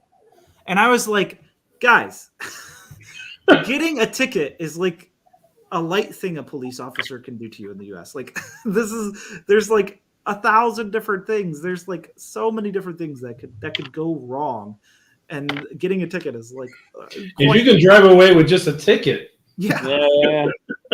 You're doing great. So I just love this game. So basically you're trying to get people to guess, where that dial would be. And it's just so well produced because that green lever, you basically pull that back and it hides the spectrum. It's one of the best produced like party games ever. It's just got great components. It feels very nice. The phone app, highly recommend the phone app. It's not the same as the game. It just has this very similar feeling, and it's great to play. Like me and my fiance play it all the time when we're out and like waiting on a table for a restaurant or just have some extra time. So Wavelength, great game. Starts a lot of really fun conversations because it's all perspective. But yeah, that's my number one. That's a great one. That game has a little bit of history with me. I actually got yelled at the gathering. The table that we were playing with, it was definitely a motley crew of people. But it was like 2 a.m, and one of the card had come up like sexy beast or sexy animal or something. And just prior to the gathering, Evan from Dark Moon, had posted this picture of him on vacation, and it was a great picture of like him on the beach with the water behind. Oh, he's absolutely sexy beast. Like right. So we had this dial and we had this moment, and it was just an uproar of laughter at 2 a.m, and there was this group playing. It was one of the Uwe games.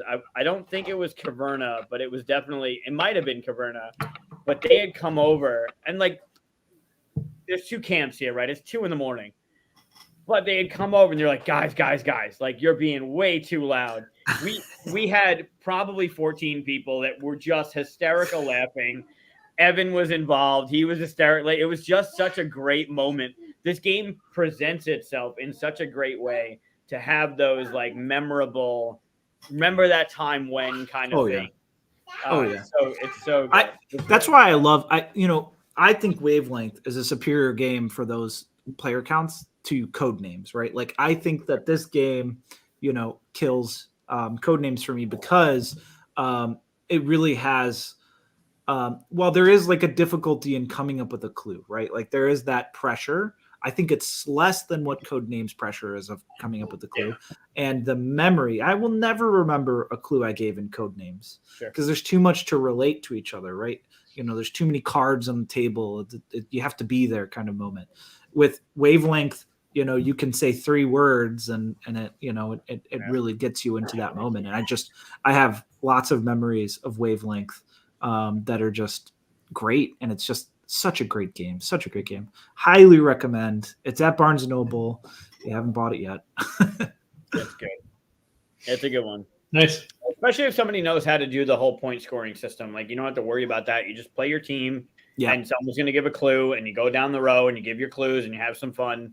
And then you're scoring that little head marker, right? The red on the left and the orange on the right. You're scoring your points based on.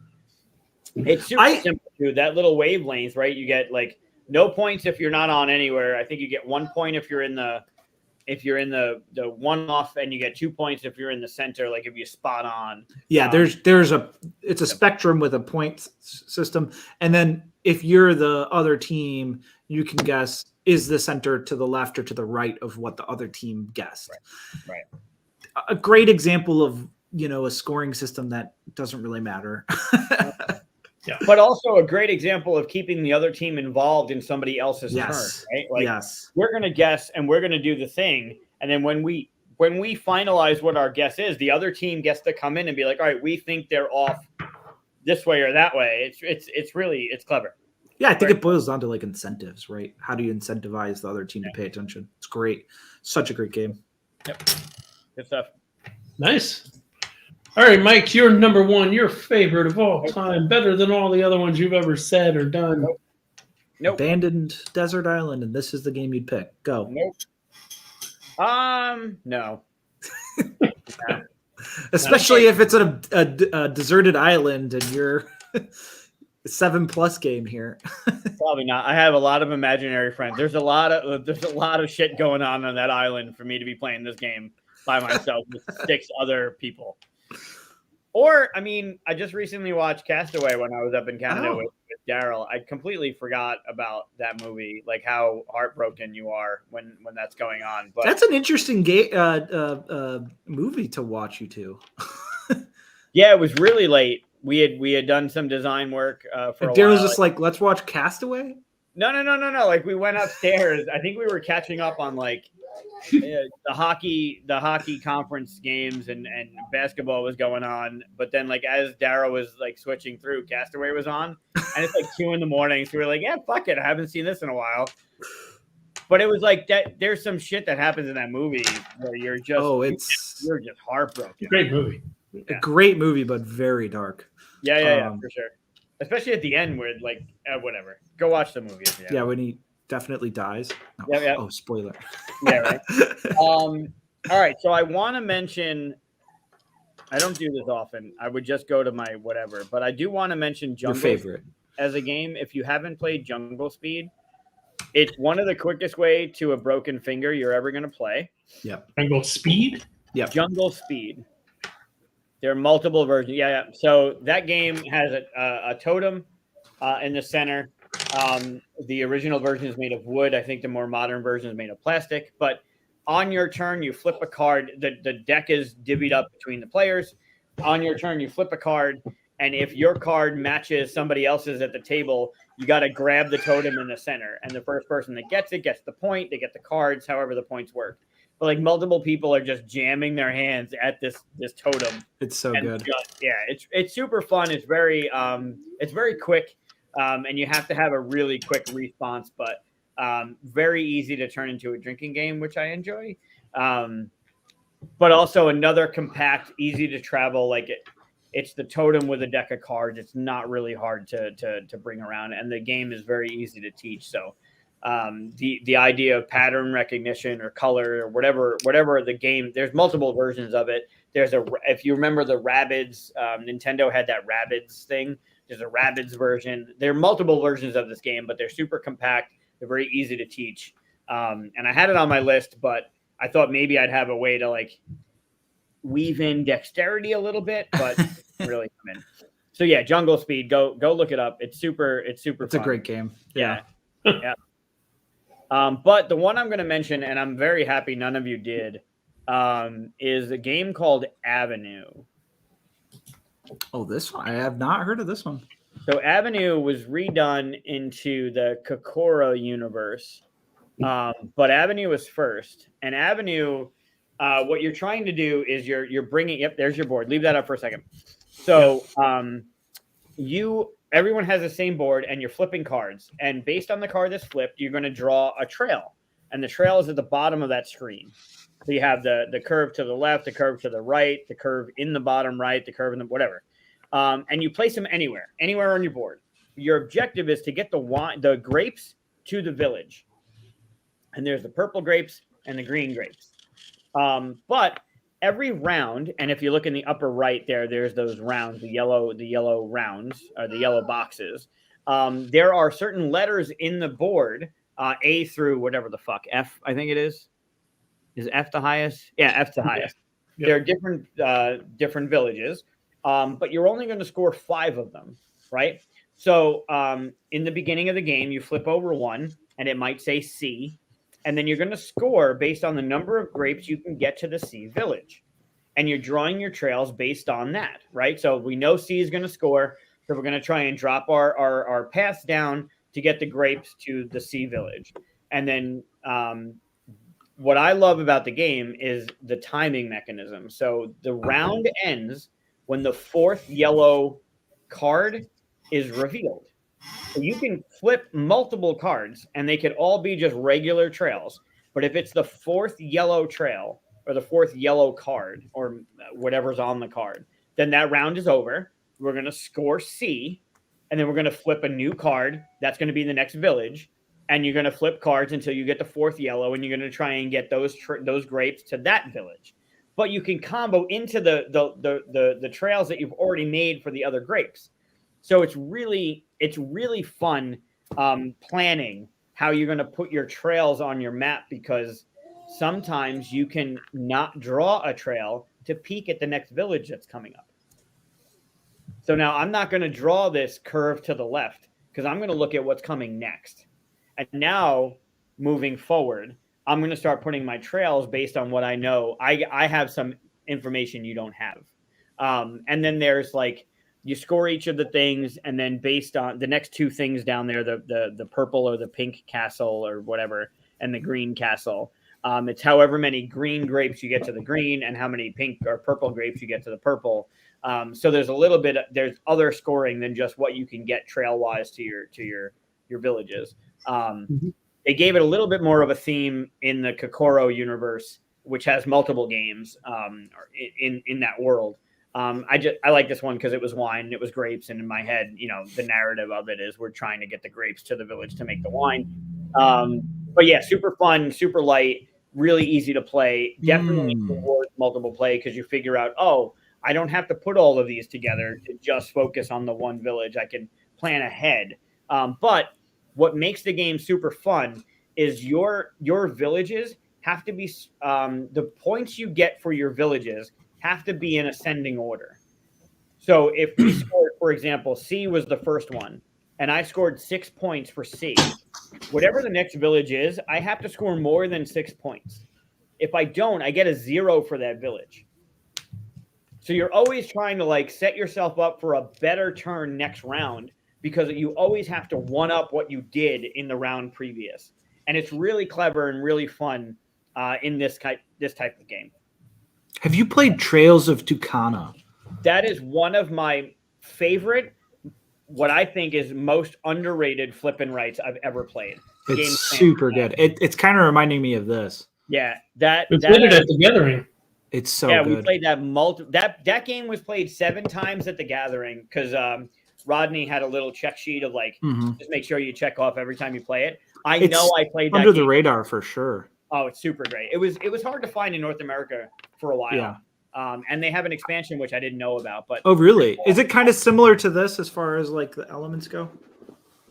no, because you're in Avenue, you're trying to get your grapes to the village, and you're scoring based on an ascending order, and you kind of know what's coming up. This is a flip with 2 different.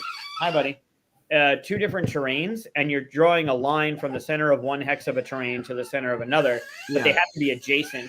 Yeah. Where Avenue, you're drawing from one box to another. You can draw them wherever you want. Similar to this with the flip and right, I guess. But the way the points work, they're completely different. Interesting. Trails of Tucana, it doesn't fit in this list at all. But for those watching, if you haven't played this game or haven't heard of this game, like just go and get it. If you can find a copy, just buy it. You'll love it. There's nothing about that game that is subpar. It's super fun, super approachable. You don't need the expansion, but it adds a new map, and the game comes with a double-sided map anyway. But yeah, that game is fantastic. Avenue is where you flip and you draw a thing, but it's got a different feel to it.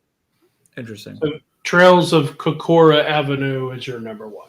Perfect. Yep. Put that down. Mark it. His favorite, Chris. Your favorite of all time. Yep. Yeah. So Trails of Tucana is awesome. But if you haven't played Avenue or the, I have to check that out because I love Trails of Tucana, and that kind of it's so feels good. It's so good. Yeah. Hey, that's the first roll and write flip and fill, right? Yeah. For me, that's kind of crazy. I didn't have any. We're talking about 7+ and roll and writes are like always. I actually thought about that. I saw Welcome to on my shelf, and I was like, oh yeah, of course, roll and writes do it, but roll and writes have that. At least a lot of them have that whole. It could be any amount of people because you're getting one point of information spread out to all that, and so it didn't quite feel like 7-player-ish to me. That's the only reason why I didn't do roll and writes. Yeah, Welcome to seemed like, for lack of a better term, like easy hanging fruit, because it plays. I think it says on the box 99 players. Basically, it's you just whatever the whole pad is. Yeah, it's yeah, 100. but some of them people some play of them through really it too. It's feel crazy. like they're solitaire, right? Where this one, where Tucana specifically, if you're the first to connect certain idols or you're the first to connect certain villages, then you get extra points. So you are trying to play against other people because you get more points based on the first person to do a thing. That's true. But a lot of them are very they are, to some of their detriment, they are very solitaire, right? Like Ganshan Clever as a roll and write, although you are selecting dice and you're maybe specifically taking dice so other people don't get them, they are very I'm going to do what I'm doing. And Welcome to has that. I'm going to create my village and I'm going to do my thing. And it doesn't necessarily matter what other people are doing. Where for this list, I tried to do something that was more specific. Yeah, I like that. All right. So my number 1 is actually a lighter game than pretty much all the other ones. Maybe not as light as Trivial Pursuit kind of thing. And I've talked about it quite a bit here, though I bet, Mike, you've never played it still. But talked about it for a while. But if you're a big fan of Sherlock Holmes, it's Watson and Holmes. This game is. Have you ever played it, Jacob? No, I'm a huge Sherlock fan. Okay, so if you basically all the game is this is the whole game right here. You play a different character out of the whole Sherlock Holmes thing, right? So not Watson, not Sherlock Holmes, but you might be Irene or all the other characters that come across Lestrade. So you are trying to the idea is that Sherlock Holmes has walked into the crime scene and gone, yep, I know who did it. And he's like, let's see if one of you can figure it out. And he goes home and waits for one of you to show up and tell him that you figured it out, right? And so you get a little readout. Like you start everyone there. I think there's 12 per box, and there's a new volume 2 now. So now there's another setting. But you do one. You read the beginning of the opening scene, and then everybody just decides like where do you go on the first round, and you get a worker and you say I'm going to go where the crime scene is, or I'm going to go where the body is at the morgue, or I'm going to go talk to the father of the, all this stuff. And it all makes sense as to where everybody wants to go different places, but only one person can be there. So if you go where someone else is, you have to pay more. I think it's like not chariots, what do they call them? Wagons or something like that. What's it called? It's when it's a horse carrying a wagon. Carriage. Yeah. Carriage. Thank you. So you have to pay a carriage, and they have to go somewhere else. That kind of thing.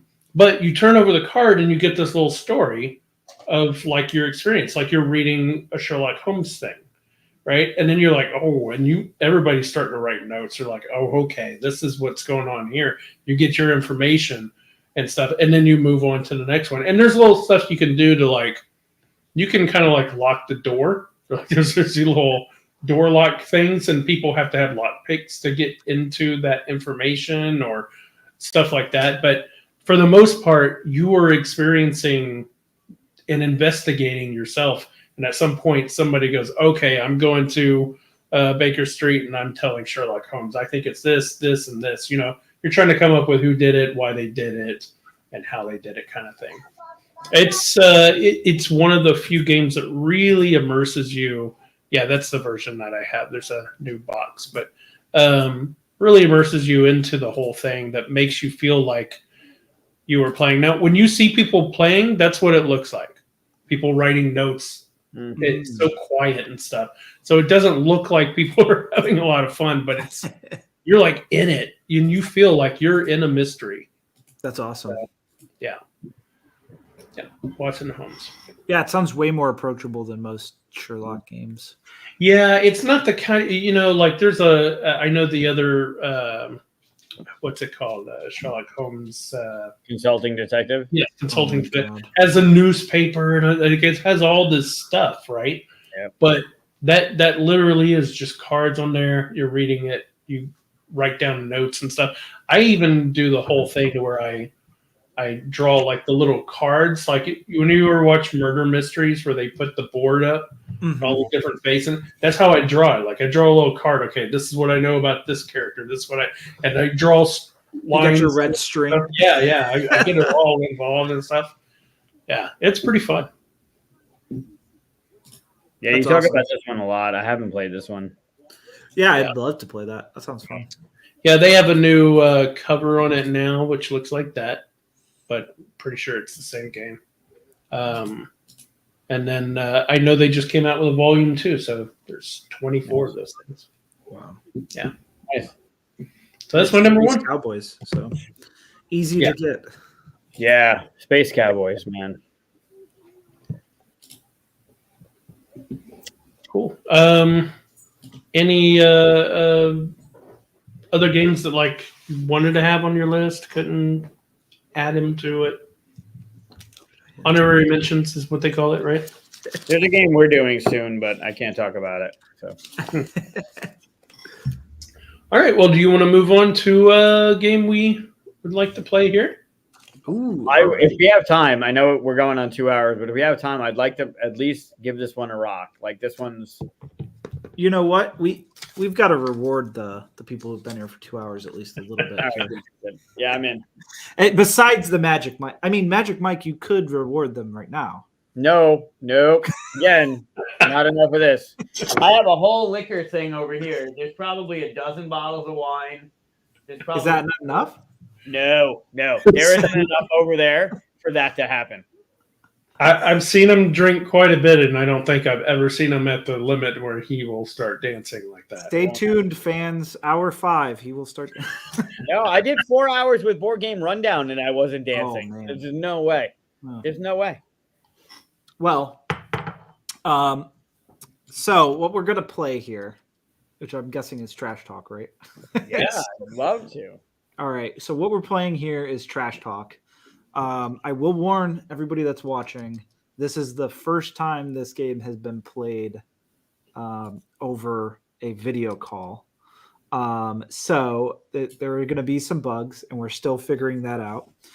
It is a very tactile game, so we're going to be playing with 2 sets of items, and we're going to try and figure this out. I'm sure we'll be able to do it, but basically in this game, we're playing as raccoons and possums who are communicating via their love of trash.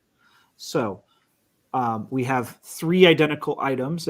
Mike, do you want to pull out 3 of the items that your baby has not stolen, and I'll grab the matching items? I think he's only gotten away with the metal spoon.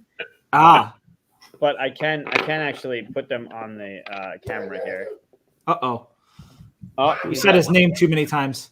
Where's the spoon, buddy? Go get the spoon. It's okay. We only need 3 to start. All right. Well, I'll leave the banana back there, but I will put this thing down and bring this to the stream. Perfect. So pick 3 of those that you want to start with. I got to pick? Yes. I'll let Chris Or pick. Chris. Do you want to pick Chris? Sure. Rubber ducky for sure.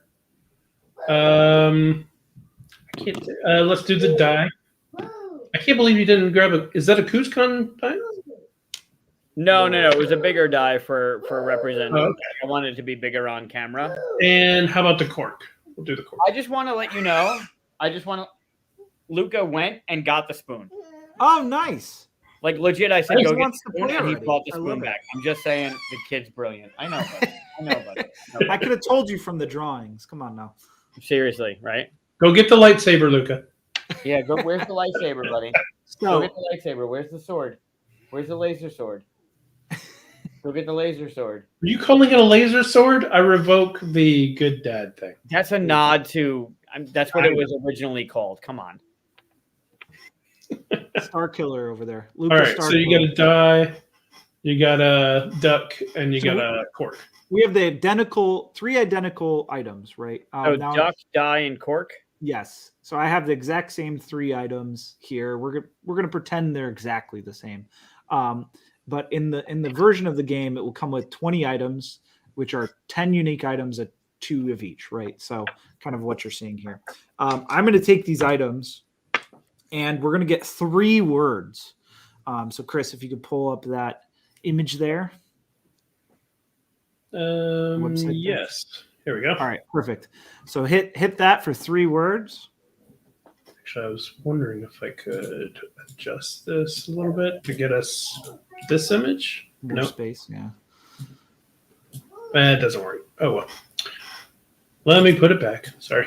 All right. So you said, Hit that right there. Yep. And it'll give us 3 random words. all right. Perfect. Alice in Wonderland, Zoom, and Make. So what's going to happen is I'm the raccoon. You 2 are the possums, and anybody in chat can also be a possum. And what's going to happen is I'm going to arrange these items. We'll go left to right. So left is Alice in Wonderland, the middle is Zoom, and then the right is Make. All right. So I'm going to arrange these items first, and you guys are not going to talk just yet. All right. Cool. All right. I've arranged my items. Now, you 2 can discuss and try and figure out which item I match with each word, right? So which item do I think of more as Alice in Wonderland? Do I think of more as Zoom? And which item do I think more of Make? And your goal is to match me. So what am I thinking? So we can just talk it out. There's nothing that you're going to change or anything like Nope. that. Right? I've locked my answers in. So All right. I can't speak anymore. All right, so I'm gonna just for the sake of the streaming, on my left is this cork. Is that your left? That's our right.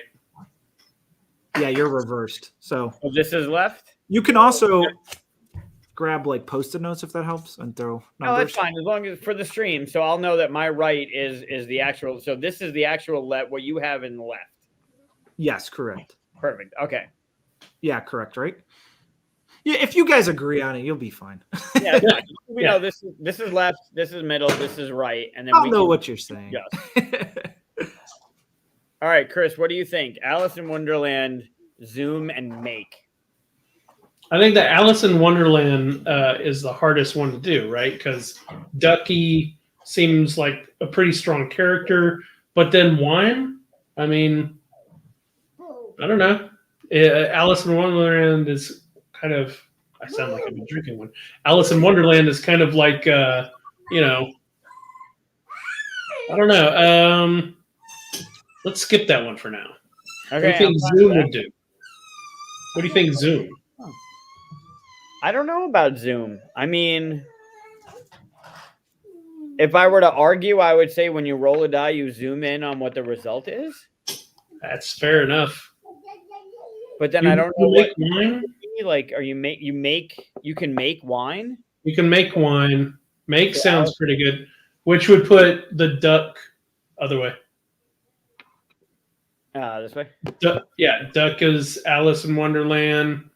You zoom in on the die and you make the wine. I'm Oh, fine. but whoa. We're all three of us are game makers. You make the die as well. You do make a die. That's true. I mean, we don't as designers. We don't make the die. We're not manufacturers. We're publishers. Yeah, Hot but take: we don't make dies, people. I had design dice. Sure. I think based on our logic, I think the make wine, the I won't zoom talk in this on out the of it. die, and the duck as a character. I think that's good. That's good. All All right. right. you locked in? We got a. Trash talk is great. There you go. Yeah, I think Corey and Donnie they were also at the. Oh, yep. Corey and Donnie have played. Yeah. This is also. I'm just catching up, Donnie. This is very. Fair. Oh, this is weird. Yeah, StreamYard wasn't telling me we had new comments to pop up, so I missed that Yeah, as well. maybe it just happened. But Donnie, this is very fair. You could definitely draw blood while you're playing Jungle Speed as you're going for that totem, and you just smack somebody's knuckle the wrong way. For sure. Did you guys hear about Alan Girding's new game, the designer of Two Rooms and a Boom? Yeah. It was on the Shut Up and Sit Down podcast. Literally, you play it in the dark, and Quinn's was talking about it, and somebody got a concussion, and he still loved the game. Oh my god! Wow. Yeah. Is he sure? Because True. Who knows? All right, are you guys locked in? yep, I think All so. right, cool. All right, so Alice in Wonderland. Yes, correct. Duck.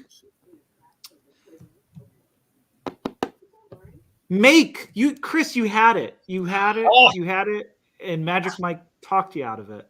We're game makers here, man. Here's the thing: when you open a wine bottle, a champagne bottle, this would zoom, and your cork is like this is a champagne cork. You've got. I one. got it. All right. But you Yeah, make. come on. All right. True, but we definitely make die, right? Fair point. Fair Okay, point. so what happens now is we've got one last chance to try and match with each other. So if you can pick two cards randomly now, Chris. Just two? So we're gonna eliminate that duck there, and we're gonna play with our dice, and we're gonna play with our cork here. And I'm gonna go first here. You just said that on a live stream that you're going to play with your cork. all for game design. That's all we do here, guys. Play with our corks. Mm-hmm. All right. What are our two words? Because I can't see them. Absurd. All right. Well, that fits. Third and All right. watch. Here. All right, I'm done. Don't screw this is our last chance here, so you got to really think how I matched it here. Think like a raccoon. I mean, Absurd and watch. you watch the die roll, and you get absurd when you drink. I'm okay with that. So wait. So- So Switch them. switch them. Okay.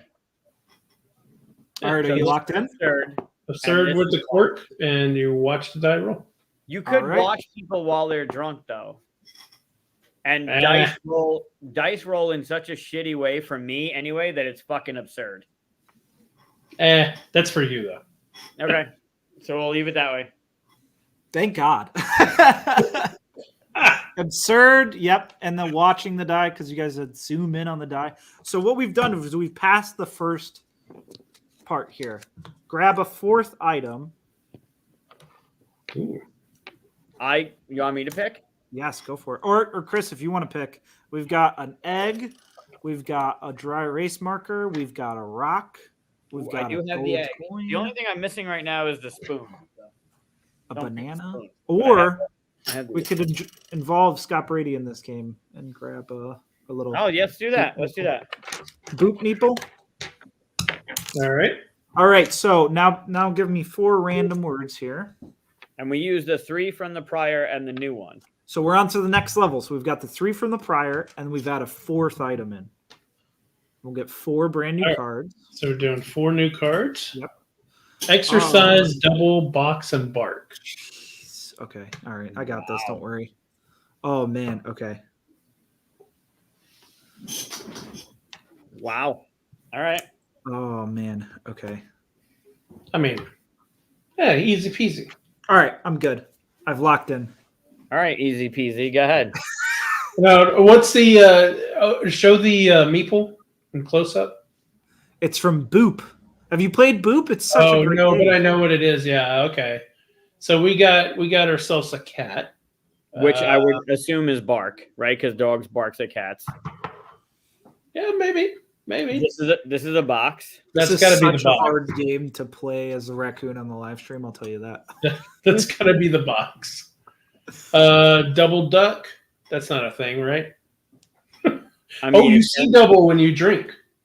yeah, that works. Yeah, And the yeah. duck is exercise. What? Well, you do duck. Like squat. Well, I mean, if this is bark and this is box and this is seeing double, Well, then hold on. You jumped on the bark really quick. So what if the duck barks? what duck bark? What cat barks? But the barking implies dog, and dogs bark at cats. See, I was thinking wood, and wood comes from like cork, right? Oh, Bark on a tree. bark. Tree bark. You could do that. But then you're doing what? Double cat? No, no one would do double cat. I have 2 cats. I think box is locked in, right? I think that's a Oh box. wait, cat and exercise. Double duck. What? I don't know. Double duck sounds like a thing, doesn't it? I That's a just thing now somewhere. you keep saying it. I'm But gonna can you write that explain to me down. why Double duck cats- sounds like a thing. Double duck. Got to double duck it, man. Can you explain to me why exercise and cat came into your head? Yeah, because they stretch and they run around and they're active. You have 2 cats, right? Yeah. Well, They okay, sleep- that's true. They sleep That's the 24 other way. hours a day, cats. So Yeah, but you don't. Oh, my cats are running around all the time. So, okay. all right, fine. I won't talk you out of it. Okay, you're saying. Wait, you're saying exercise duck again? Out of, oh, because you duck. Well, because this is bark. Right. You see double. All right. I don't know why I keep doing that. This is definitely There's seeing a double. box. That makes sense. This is definitely a box. That makes sense. The argument is this bark or is this bark? And if this is bark, why is that exercise and vice versa? Bark like a duck. All right. That sounds like a thing too. Everything sounds like a thing. All right. We'll stick to this. All right, you're locking? Yeah. Yeah, let's do it. All right. We're really good. We ducked this one. This is exercise. I thought of bath. Like I thought of like water, swimming, that kind of thing. But I could see ducking. Yep. Yeah. All right. Nice. Chris, you're inside my mind because this was bark. Nice. This was Perfect. bark. Yep. Perfect, So that's perfect. wrong. No, Uh, it wasn't double, it was bark. Oh, okay. Oh, damn it. Oh, Yep. because of the wood to the okay. Uh-huh. Yep. All right. So double, though, I thought dice because you could roll doubles, Oh, but I know it's 1 die. So I get where that's confusing. I didn't think about box. And then I thought, boop, you get out of a box. A cat in cat a in the box. box. Yeah. Yep. So we only got 1 this time. So we get 1 last try on 3. So eliminate the duck. And we got these 3. All right. All right. We'll do that down to 3. I have double duck sounds like a thing is my favorite quote. I think we lucked out here. Yep. Ship cat Make. Nice. Oh, Hey, oh, Matt. actually, ooh, Can't do make, right? yeah. Let's We gotta do random let's just again? say boot. Let's say ship cat boot. Oh, How about because it's okay. Yeah, why not? Oh, I see what you're doing. Okay. All right. All right. All right. Let me think here. All right. I think I'm good. I mean, this is we have nothing to argue about this one. Yeah. So we're not doing make, we're doing boot. So it's Right. ship cat boot. Yeah, so cat is definitely in the middle. Right. You drink out of a boot, right? That's a thing, right? Oh, Drinking out of a yeah. shoe kind of thing. Yeah, they do that at Bullfinch. They do a boot. Yeah. And you ship dice from China? I don't know. Sure. I'm good with that. That makes sense. Are you Hey, locking? Yeah. Lock. Cat, you got it. Ship, this floats. Ah, That's true. Yeah. Oh man. but then What what was about the boot and the dice? This is the throwaway. I don't know. Uh, You boot it, you throw it, I don't know. Got it. Close enough. Okay. All But yeah, right. so that's trash talk.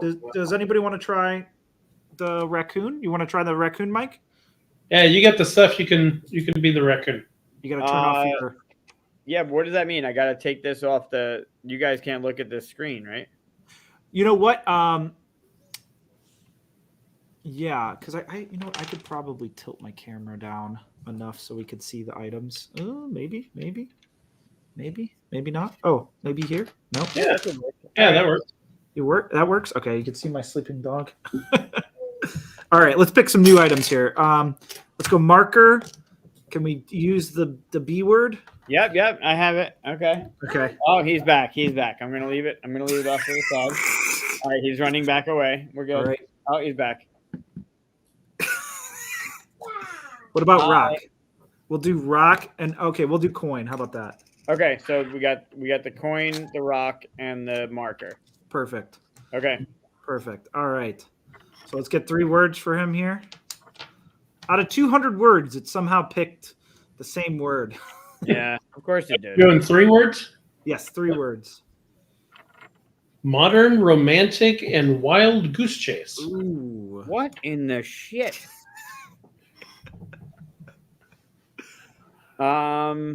We got to wait till he orders it before we can talk, right? Yeah. Here, I'll pull it back to my face here.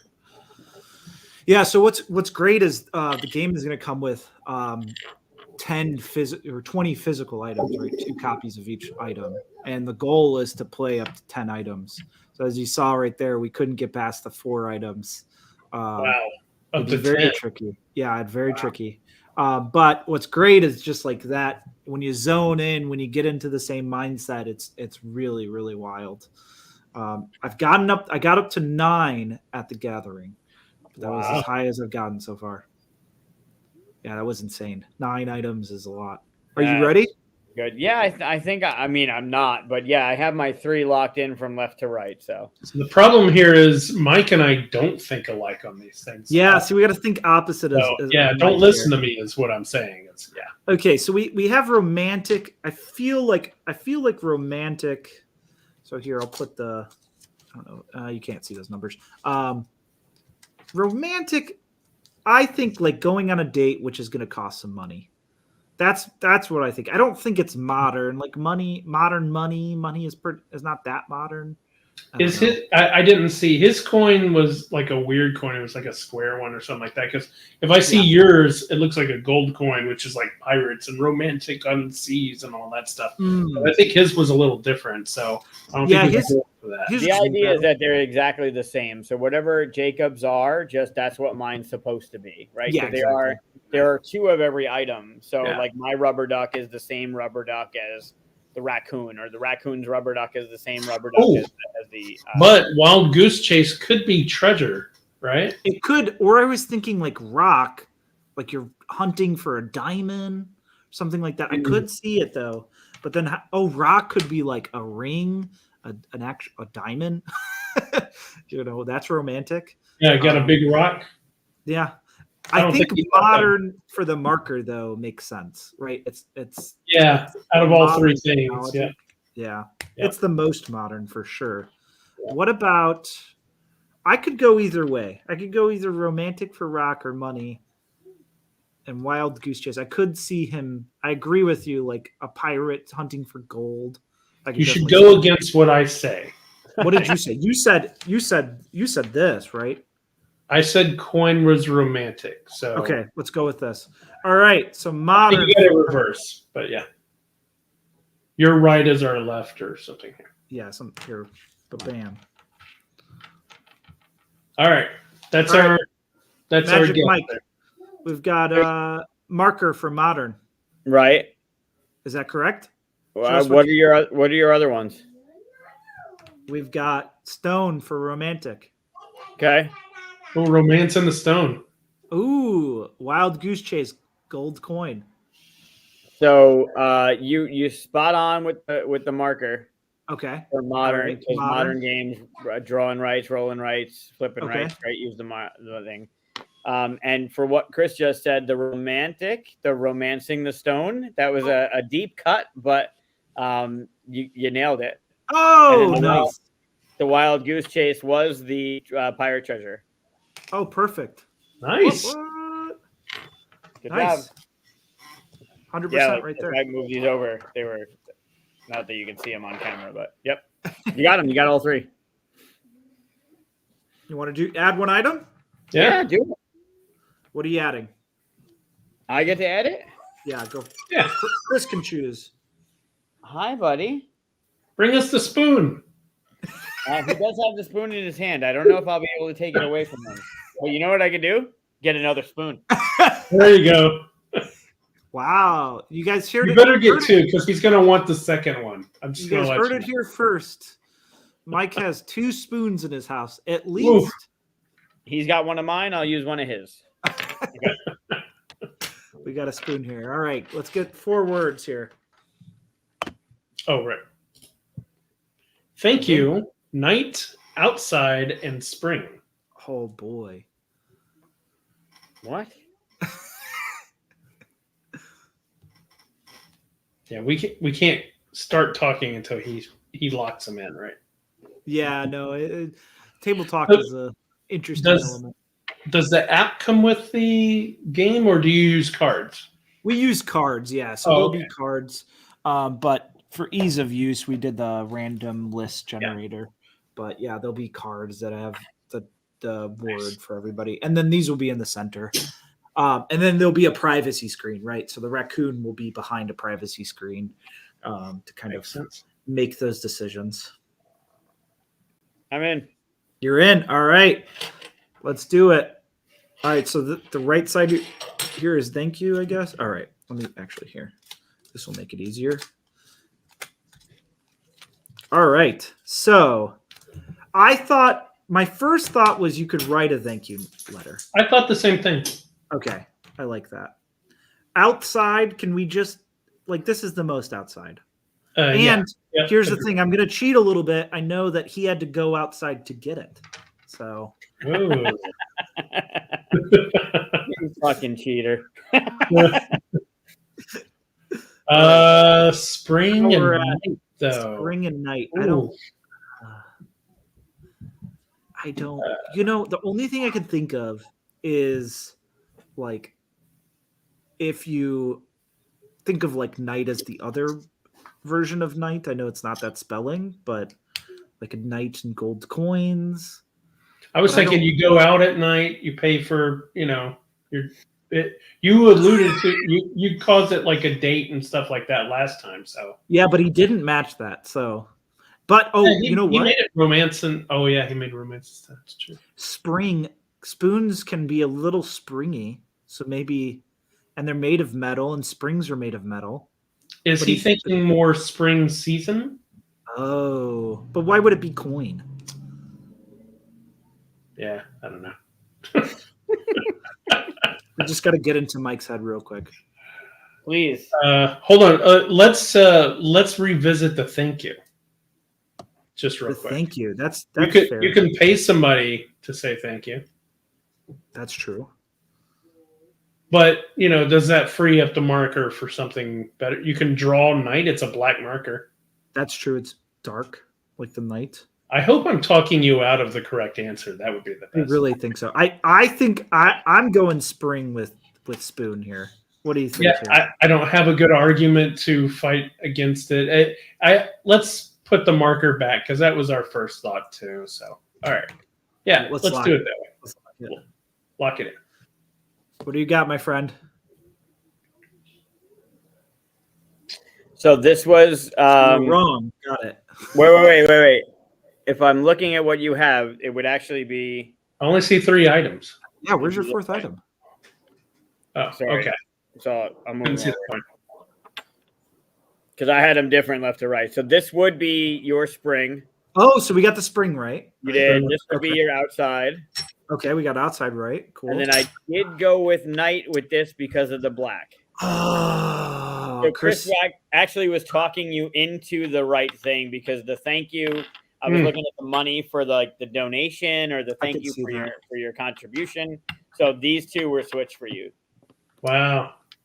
So you had it. We're almost there. Into the right. If you had gone with the night.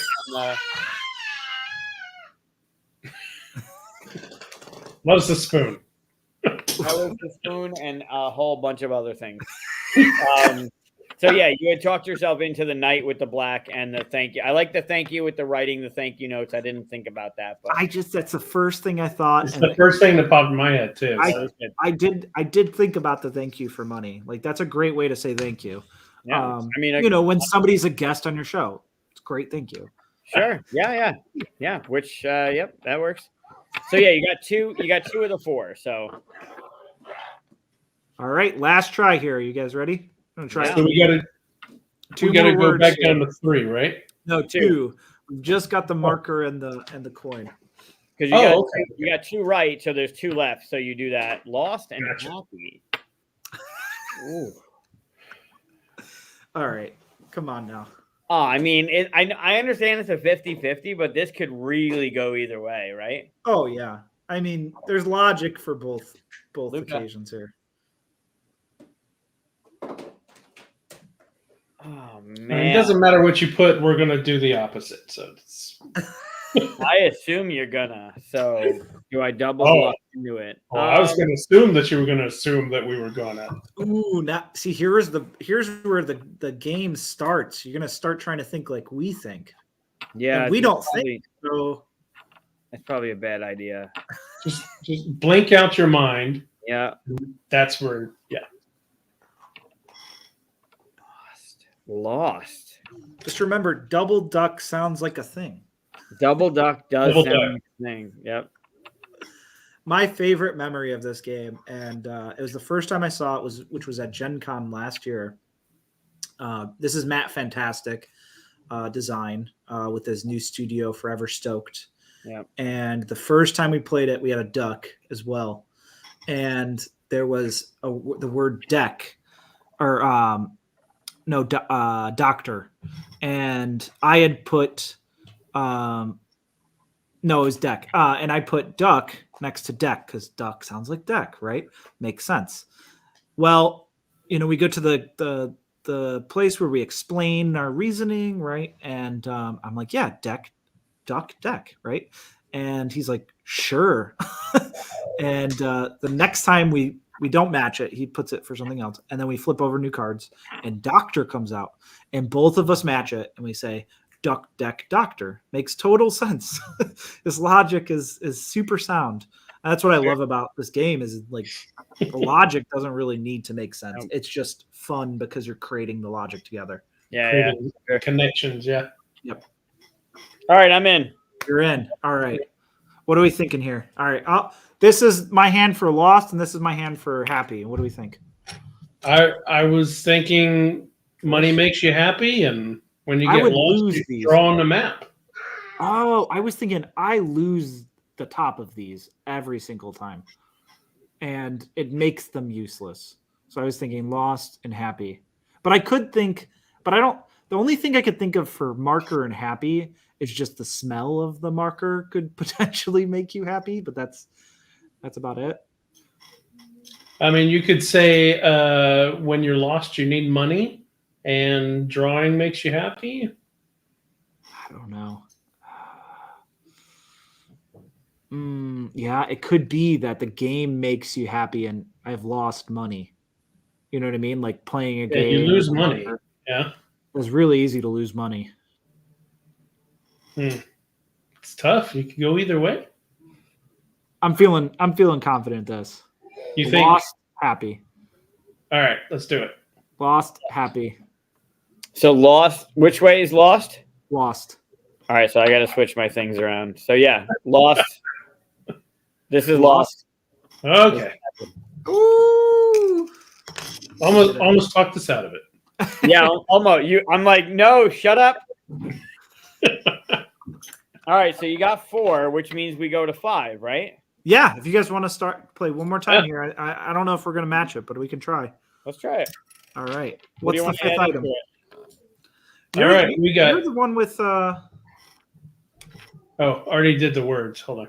I'll just hit it again, so don't pay attention to that. Yeah. What do you want to add? Do you want to add the B word? if you could try. Yeah, let's do it. All right. Add the what? The B word. A B word. Yeah, look at the screen, dude. Oh, right. Okay. Right. Potassium. Yeah, Luke is a- potassium. Very good. Luke is a big fan of potassium. That's what we Yeah. found out on this episode. Really likes them. Already had one today, and technically 2 because it was in one of the other things he had. So yeah, yep, he really likes those. All right. You ready? Are those the words? No, I. Yeah, we can make those. That's fine. Okay, well, you hadn't seen them before, so yeah. Yeah. Okay. boy. Can I use Luca as one of the pieces? Because he would definitely be the tornado. Or the monster, No, he's not a Ooh, monster. yeah. Definitely a tornado for sure. like in a good way, like Monsters Inc. Yeah. If yeah, he keeps or a little- eating the potassium, he's going to be wind. That's true. That's true. That's true. This sucks. These words suck. Wind and tornado together is kind of fun. But none of these make sense at all. Oh yeah, I already got them locked. I know what they are. All right, hold on. My right, my far, this side is your left, correct? Yes, All right, so I need this to be all the way over here. I need this to be all the way over it here. is still that way. Yes. I'm going to put this over here. And now I got to do this shit. I've got a tornado myself here. There you go. There you are. I don't even know what to do with these. All right, let's do let's see what you guys come up with this. All right, so what I have over here is internet. Okay, perfect. Why are you doing this? Because Because I'm trying spatially it's different, right? There's something reversed in the Just- internet. Just go from right to left. My right is the top, correct? Yes. yes, Right. yes. So intuitively I want to go left to right, but it's not. So So don't my do that. right is the top, and I'm good. Oh, I see Okay. what you're saying. Yeah. No. Yeah, I see what you're talking. Look at we're prototyping the digital version right now. Sure. My right is the top of the thing, which ends up being your left. So this is internet right here. Would be here. Okay, so what are you thinking here? Wait, internet's going to be over there, Oh for my me- god. so I need to switch my shit around. Your right is our left. But that's Jacob's right, isn't it? This is my right. Yeah. That's his right is our left. Right. So I need to switch these around. This goes here. This goes here. This goes here. Okay, I'm good. All right, cool. We're fine. All right, Which internet. side did you just put internet? Incorrect. It's on my left Put it on your right. because it's going to match what Jacob puts on his right. Jacob, where are you putting internet? Right. So what Jacob Here- puts there is Here going to is be monster. No, look where your hand is versus his hand. I understand that, but on my table, it will match up. Oh, this is the worst TV All right, ever. I'm putting it back. Okay. Trash Talk Digital is a massive failure. It's just opposite. Right. It's opposite. What Jacob's right is should be over here because it matches up on the screen. What's I here- just His put numbers. right is Numbers your- are the easiest. His right is our left. Your right is our left. right, but what I have here on my far right will match what Jacob has on his right. But it's opposite. Just fucking go. Kill Okay. me. You're both operating backwards so that the viewer sees it from left to right. Right. Okay. All right, Correct. so I think monstrosity, monster Oh. drawing, right? Yeah, that's. I was going to say zigzag because you draw zigzags, but Oh, I see. the monstrosity is so strong. How can it not be? He should be ashamed of himself if he doesn't. Yeah, I mean, it's almost like a guest is on his show. He should Yeah. probably. Yeah, Okay, yeah. what about? Okay, all right. How big of an Avatar The Last Airbender fan is he? Not much. You want to read? Because- I'm a much bigger fan of it than he is. Because wind, stone, right? Mm. Yeah, I don't know if he would have associated that. No. All right. One of our items has been stolen. No. Wait. What is it? It's an Nana. Nana. And which side of the screen was it, Luca? There's an empty gap here. Just so you know, the remote will be in the empty gap. The remote is the banana now.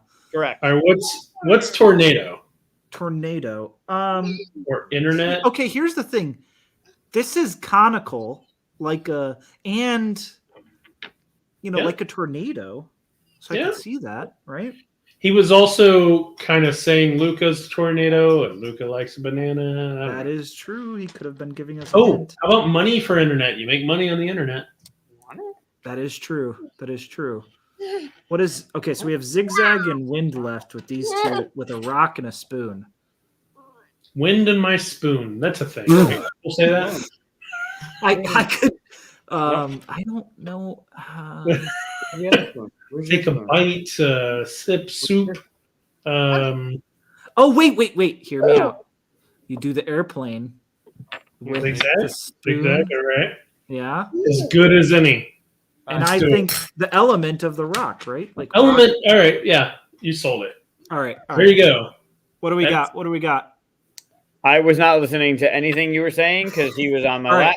We'll go internet first. How about that? We got coin for internet. Coin would be internet. Yes, match. All right. Tornado. Banana. Hey! Because he's a tornado and he loves bananas. Yep. Nice. I thought because it's shaped like a tornado a little bit. Oh, I can see that. Do you want Right. the banana here, dude? Now, here's the harder ones. Okay. Zigzag. Yeah, what would be zigzag? And why would it be the spoon? Because we're thinking.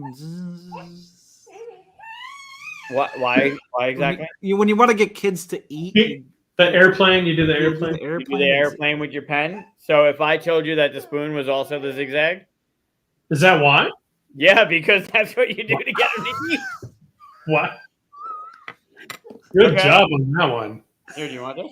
All right, last two here. We're I'm close. giving him the banana. I just want to let you know the remote is being in the banana's place. I will reveal this in a second. This is not an edible banana, and we will not put edible bananas in the game. No, I just will Don't tell show you him what you that can do to that banana either, please. because he'll just do it with every banana from now on. Because that would be hilarious. Agreed. All right, wind. Are you ready? Yeah, do your thing. Because it's outside?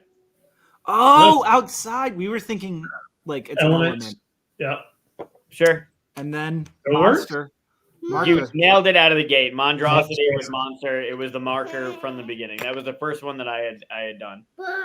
I know. So you're gonna Congratulations. use it on your yeah. Wow. So if I showed you the thing in order and you knew that the remote was the banana, this was the Yeah, way. that's the exact order we had. Yeah. That's really good. Dang, I didn't think we would match that. Nailed it. Those were And tough. also tornado came up, and I was talking about him being a tornado. So Yeah. good job, buddy.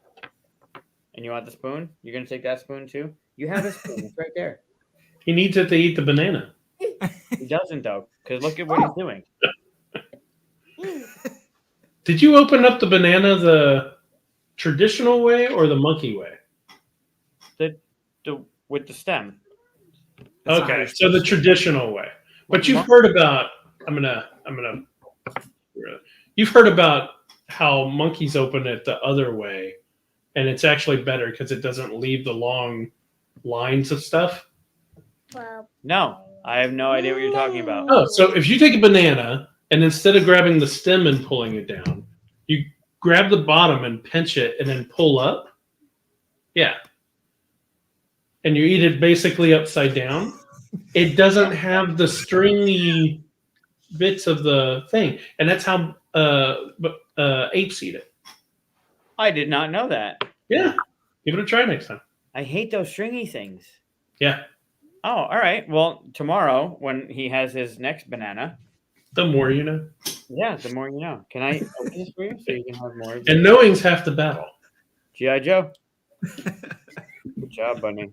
Yeah, well done, guys. That was 5 I for was 5. I was pretty impressed with that 5. You did Yeah, that a was great very job. Good job. Yeah, buddy. trash talk. That's fun. Yeah, it's super fun. It definitely it was. I'm not saying this because Jacob's on the stream, but it was definitely getting buzz at the gathering, and then watching it played at game night at Gamma, and the people that were interacting with it that would play it and then walk away from the table and then come back like, dude, I just brought my friend. They have to play this game. Was super fun to see. So Yeah, I think another one. Another good It's one of those games when, you guys have seen this, like you just see it and you know that it's something different, and that's what I really love about games is like, even though we're entry 30,000 into BGG, there's still so much to do and explore. There's so much, and it's got a familiar feel as like Code Names and Wavelength and all of these different games, but it's so different. Yeah. Well, it's word association, right? Like, Yep. There's a word, and you're going to associate a thing with that word. Yeah. And whether that's literally an item like a banana, or it's a card with an image on it, you're doing something that's intuitive and it's easy to understand as whether you're a raccoon or a possum. Yeah. Very nice. Yeah, that was fun. Thanks for playing, guys. Yeah, it was fun. I'm glad we worked it out. Hopefully, the official online version will be a little more fine tuned, but that was fun. Yeah. No, this apparently I have the exact same items as Mike's 18-month-old in my house, and I don't have kids, so just the adventures of prototyping. I was telling Mike that we've tested over 200 plus items, and the great part is the game can play with basically any item, so it's really fun. Like, you can just find items in your house, right, and just come up with a new set of items if you've already used.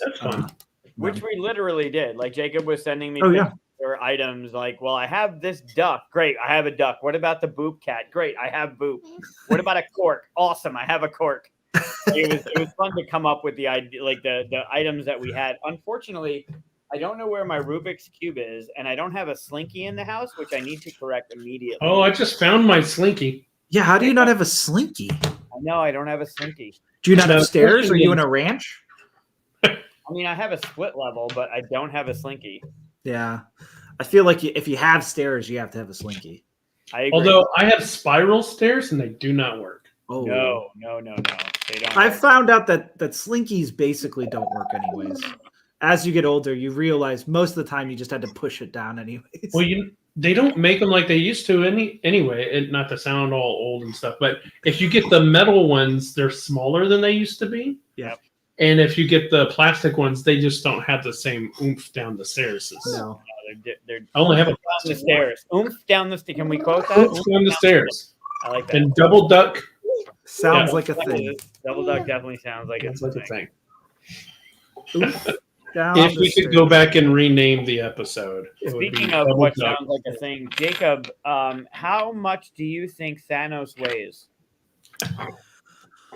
Oh man, how much? You've seen the last few episodes. Oh yeah, Okay, so do you want me to say a weight or a relative to something In else? pounds. Yeah, in pounds. What would you think Thanos weighs? Josh Brolin weighs about 200 pounds, so we know that. Okay. So no, probably 220. Guy's a big guy. It's not small. Depends. Like when he got all big for Cable. Yeah. Yeah. If we're saying Thanos, because Josh Brolin played him, right? Right. Okay. He played Cable and oh man, In the same year. It came out in the same yeah. year. Yeah. tisk tisk. What do you got, buddy? Thanos. Whoa. Where are you going? I would say 4,000 pounds. Whoa. Yeah, that's a massive man right there. That's dense. Yeah, he's a big guy, and It's a little less. he's from another planet, so like weight doesn't work the same way. He's a Titan. Yeah. Also true. But no, I know that you remember it now, Mike, because I've drilled it into your head. Yep, I will never. It has taken place of actual. Buddy man, what are you doing? It has taken the place of actual important information, like my mom's birthday, that I will forget, but I will always remember that Thanos is 985 pounds. And I don't know why we need to know that. I always enjoy like Marvel's like little stint of stupid facts that make no sense, and I think they like kind of like liked goosing up the audience. I'm sure they put things in there that were like contradictory to like actual things. Yeah. Oh, I have the whole collection of like the 1990s Marvel series cards and stuff like that, Yep. And on the back of them, they have little weird facts about every character. It's great. Yeah. It's great. My dream for Monstrosity was actually to create a version that's a Marvel's like C team or D team, and you would have to draw actual characters from the Marvel universe that nobody has ever heard of, and you have to describe them. Yeah, like Penguin Man, or one of. I mean, you don't have to have Marvel, right? You can make your own fun. I could even base it off of some of the crazy stuff that exists. Yeah, no, I'm pretty sure DC already has Penguin Man. They just do, but I'm sure Marvel has something that's just as absurd and ridiculous. But yeah, I just love that's so fun. I just love that. That's kind of what I grew up with, is that the Marvel cards and the weird Marvel facts and fun. All right. Well, I think at 2 hours and 42 minutes, we should probably be calling it. Looks like Luca's ready. He stays up later than I do. I would normally be asleep. Doesn't seem happy about it though. No. I just had a bunch of. I just closed off the other laptop that was looking at the items. I closed it down, and on it is Grogu. And he started saying Grogu, so I wanted him to go get Grogu because he knows it's the first word he said was Grogu. Oh, I wanted him to go get it, but wait, what? So ready? Who's that? Grogu. Yeah. Grogu. Well, that's a great way to end the episode. That's perfect. Grogu. Thank you, Luca. It's literally this picture. No. Aw. Nice. Yeah, so he knows, and he's got little Grogu figures over there, the blind boxes, or not the blind boxes, but okay. He's losing his mind. Now he's too excited about Grogu. Well, Thank you guys for having me. This was tons of fun. Thanks for playing Trash Talk with me as well. Yeah, thanks for coming on. It was great. Yeah, it's great hanging out with y'all. It's awesome to see. I mean, I didn't get enough of you at Gathering or Gamma, but it's always fun to hang out with you, Jacob. Always fun to hang out with you, Magic Mike. Thanks. Great. I hope that stays the same. No, I hope that dies real quick. We'll just say he earned the title. Just don't tell anybody how he did it. No. You should have seen the episode. He earned it. Woo. That's how rumors. We had to cut it. All right. See you guys. Have a great rest of your night. See Bye, you at everybody. Origins. Yeah, I'll see you in a couple. It's my birthday week too, Jacob. So be ready. Ooh, I'm ready. Uh, All right. Bye, everybody. All right, good to see you. Take care. Bye. Oh, bye.